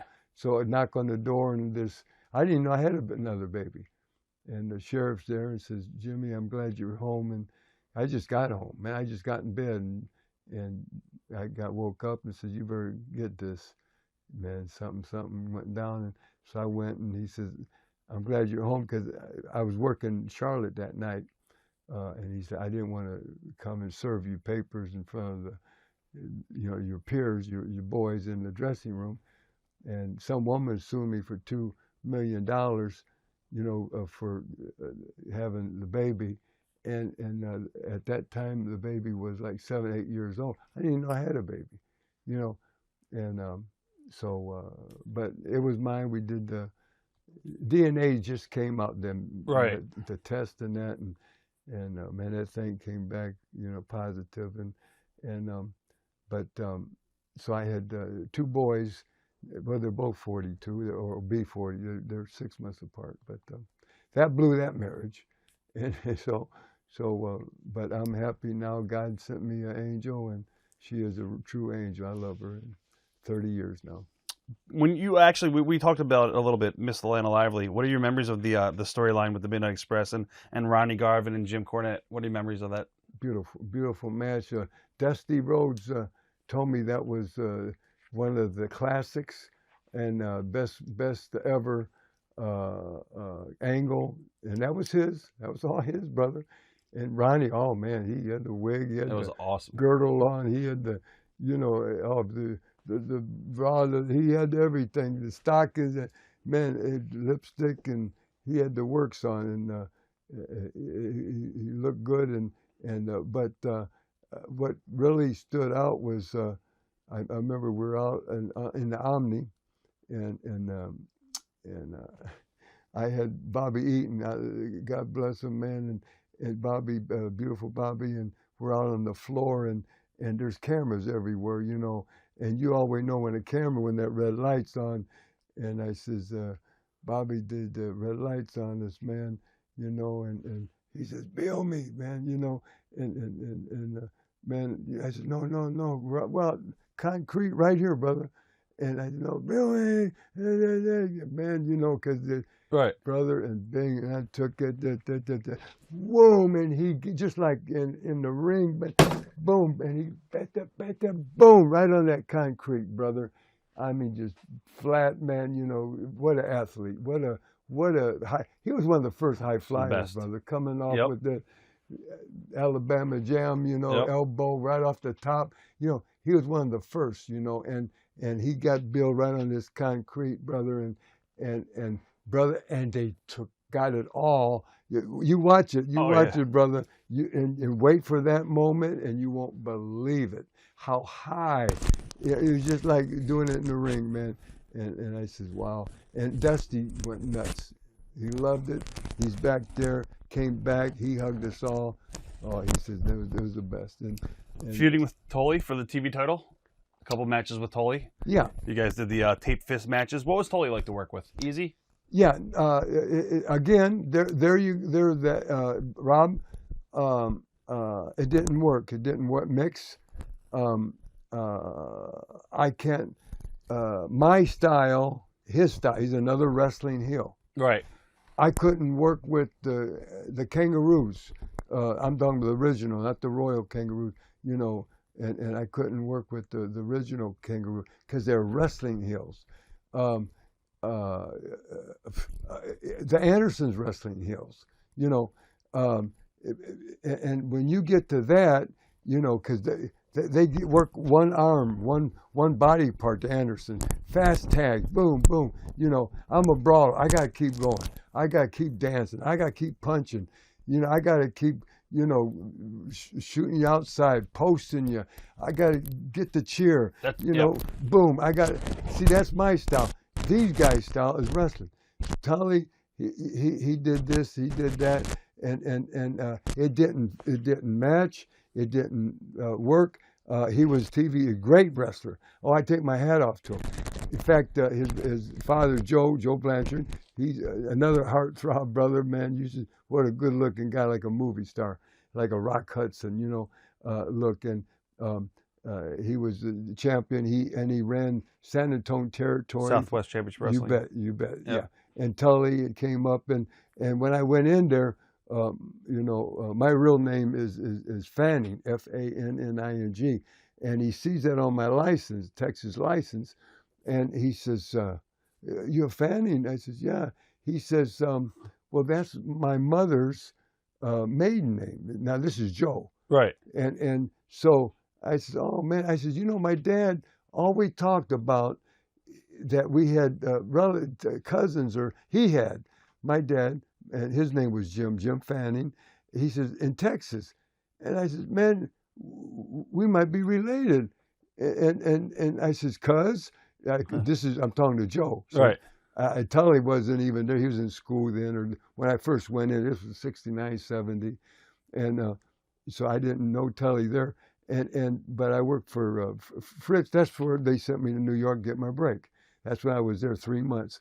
And so every time I see Joe, would work every Wednesday for him. Oh, and he worked, his town was Corpus Christi too. He had Corpus on Thursday, and we'd do San Antonio on Wednesday. And so I call him Cuz, and he called me Cuz. So that's why I call Tully. We're real tight. I love him, man. But his style, my style, just like Nick Bockwinkel and Dusty and whoever, they were smart enough to get us away. Yeah. Because they would kill my gimmick, I'd kill their gimmick. It just don't jive. They got to put me with Abby. Anybody that's a brawler, that's a mean, nasty heel instead of a wrestling heel. Yeah. Some of the other guys you shared the locker room in Crockett's territory. Thoughts on Jim Cornette, Magnum? Yeah, Cornette. I know him since he's 12 years old. Great guy, brother, man. His mother Thelma, which he talks about, and they were wealthy. That's a shoot, and she was handsome. My boy, his real name is Handsome Jimmy. Right. Yeah, I named him Handsome. His first name is Jimmy, and that's my son. So she was his godmother. She claimed that, and I would then fly in later, and when I'd fly into Louisville, I'd even stay over their house. They'd pick me up at the airport and take me to the matches, and then take me back to the airport. Real sweet people, and Jimmy, I known him since he's just a young boy, and he started taking pictures at the Louisville Garden of all the boys, me and Dundee and Lawler and Ido, and then we would look at them and order what we wanted, and then the following week he'd have we would sell then just 5x7s, and we'd order, give me 25 of these, 25 of these, whatever, and we'd pay him, and he'd make a little lick, and all he had knee pads on, just a young boy, and he's taking pictures at the ring, and then we'd pose in the back, for against the wall, and we'd have different pictures to sell, because we go to the same towns every week, except spot shows, and so because we had the circuit, and once a month we'd go to Lexington, which was the Rupp Arena, brother, man. Oh, we'd rock that place, Kentucky, but otherwise it's Memphis, Louisville, and then Evansville, and then spot shows. And I'm just going to mention some other names. You could, if you have any stories on them, AWA Arn Anderson, Dick Slater, Billy Jack Haynes, Magnum. Oh, Magnum, man, I love him. I call him Maggie May. Right. Call him Maggie May, baby. And I talk about all these guys in my autobiography, and it's Maggie. It's just a shame, what happened, and God bless him. I love him, and he has such a future there, and he would have been champion easily. Oh man, oh my goodness, yeah, you bet. And it's I'll tell you how that happened too, and you have to be ready when you get the ball, and the coach gives you the ball, man. You're going to have to take that football and run 100 yards and make a touchdown. Yep. Right off the bat, if you're ready. If you go 80 yards and fumble, you know, you're not ready. And so when you get called, you got to be ready. And I've seen them get called, brother, just like that. I can name so many different situations. Well, that was one, because Wyndham, Barry, big meeting came, and Dusty called everybody in, and I mean, there's 50 wrestlers at the office, and they said, even the underneath boys, he says, guys, this is going to be our next Ric Flair, and he says, everybody, including Rick, we're going to get him over, get him strong, and this is going to be our man. And it was Wyndham. And oh man, that kid was so good looking. And what an athlete, and all just fly, and you know, I just loved them the two. You know, I've known them. You know, in fact, they read in my book. I talk about when Blackjack got cut in Boston. You know, I was there that night, and they were moving out of one of Monsoon's houses in Willingboro, New Jersey, and I was renting that. And they were going back to Texas, Amarillo, and he got cut that night, and they took him, sewed him in, and I says, man, just kick back and we'll do it when you get better. He says, no, I got to be in Texas. No, we're going to make the move tomorrow. Well, time he got home, and he got fever, and during the night they had to take him to the hospital, and I show up, and they told me, so we waited until he got well, and then we moved, but anyway, Wyndham, he was just, when we finally moved, and Jack was better, it was like doorsteps, you know. There was Kendo, and then Stephanie, and then you know, Barry, and I had three, my daughters. I had Rhonda and Dana and Robin doorsteps. Right. They're in the backyard playing, and we're taking furniture in and out, but of the same house that Monsoon rented to the boys, but Barry, after that,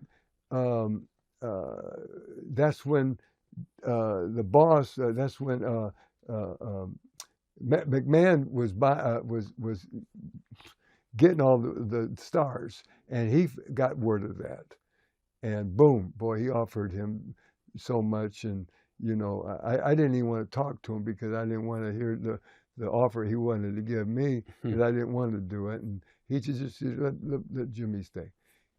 But they got Barry right away. Boom. Now we just had that meeting. Boom. What was going on? So all of a sudden, Dusty didn't bat an eye. Boom. Picked up the phone and talked to Watts, and he said, who you got? It's got to be ready. Who you got? He said, I got this young kid, Magnum TA, and he's ready. He's good look. Bop, bop, bop. He says, fly him in here, man. And he took his place the next week. And I was beating people in a minute and a half. I wouldn't let my song go. It was over 3 minutes. So I let the song, I had to beat him in 3 minutes, you know. Right. So, and here comes Magnum out, and this was so good.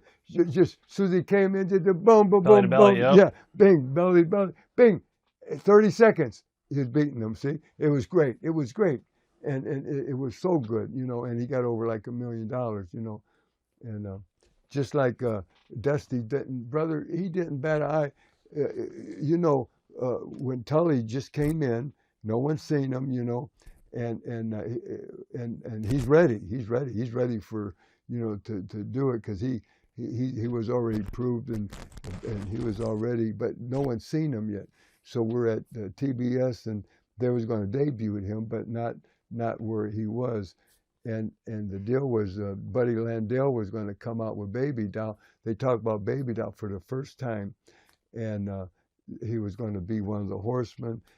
But they had a big angle they were going to do first with him and Ric Flair, Nature Boy against Nature Boy, and Baby Doll, a number 10, you know, perfect, beautiful number 10 would come out, and God bless him. And again, he's passed. I don't want to talk, you know, nothing. I love him. I've known him since he's 18 years old, Tennessee boy, and I'm from Tennessee. Right. He was born, and he was around Knoxville, and I've known him since a teenager, and man, I just loved him. And we came in on the same plane, and I says, man, you're gonna do it tomorrow, brother. This is your big break. You're gonna make so much money, son. I said, I'm so proud of you. And I says, don't check in. Let me check in. Stay with me. I'll get 2 beds, and please, because I know. You know, his party mode, yeah. And I says, please, because he was already doing some stuff, and I said, please stay with me. I begged him. I said, don't get a room, but he said, I'm gonna be right next door to you. No, I couldn't talk him into. I couldn't. I begged him, stay with me, son. Tomorrow, man. Then tomorrow night, go home and do your thing, brother. Right. And nope. Okay. We get to TV, and at 10 o'clock, I think we go on at 11:05 or whatever. I forget. 10 o'clock. Dusty says that JJ says, get Landell and Baby Doll, and he says, Landell ain't here. He said, okay. He says, did anybody call him at the thing, you know? Yeah, we've been calling him. He says, okay. He says, tell Tully to come in and Baby Doll. Boom. That wasn't Tully's shot. Wow. First time the whole world would have seen Nature Boy Buddy Landell walk out with Baby Doll. And it was, in the end, it was going to end up, after the feud with Flair, they were going to end up with as the 4 Horsemen. Yeah. Boom.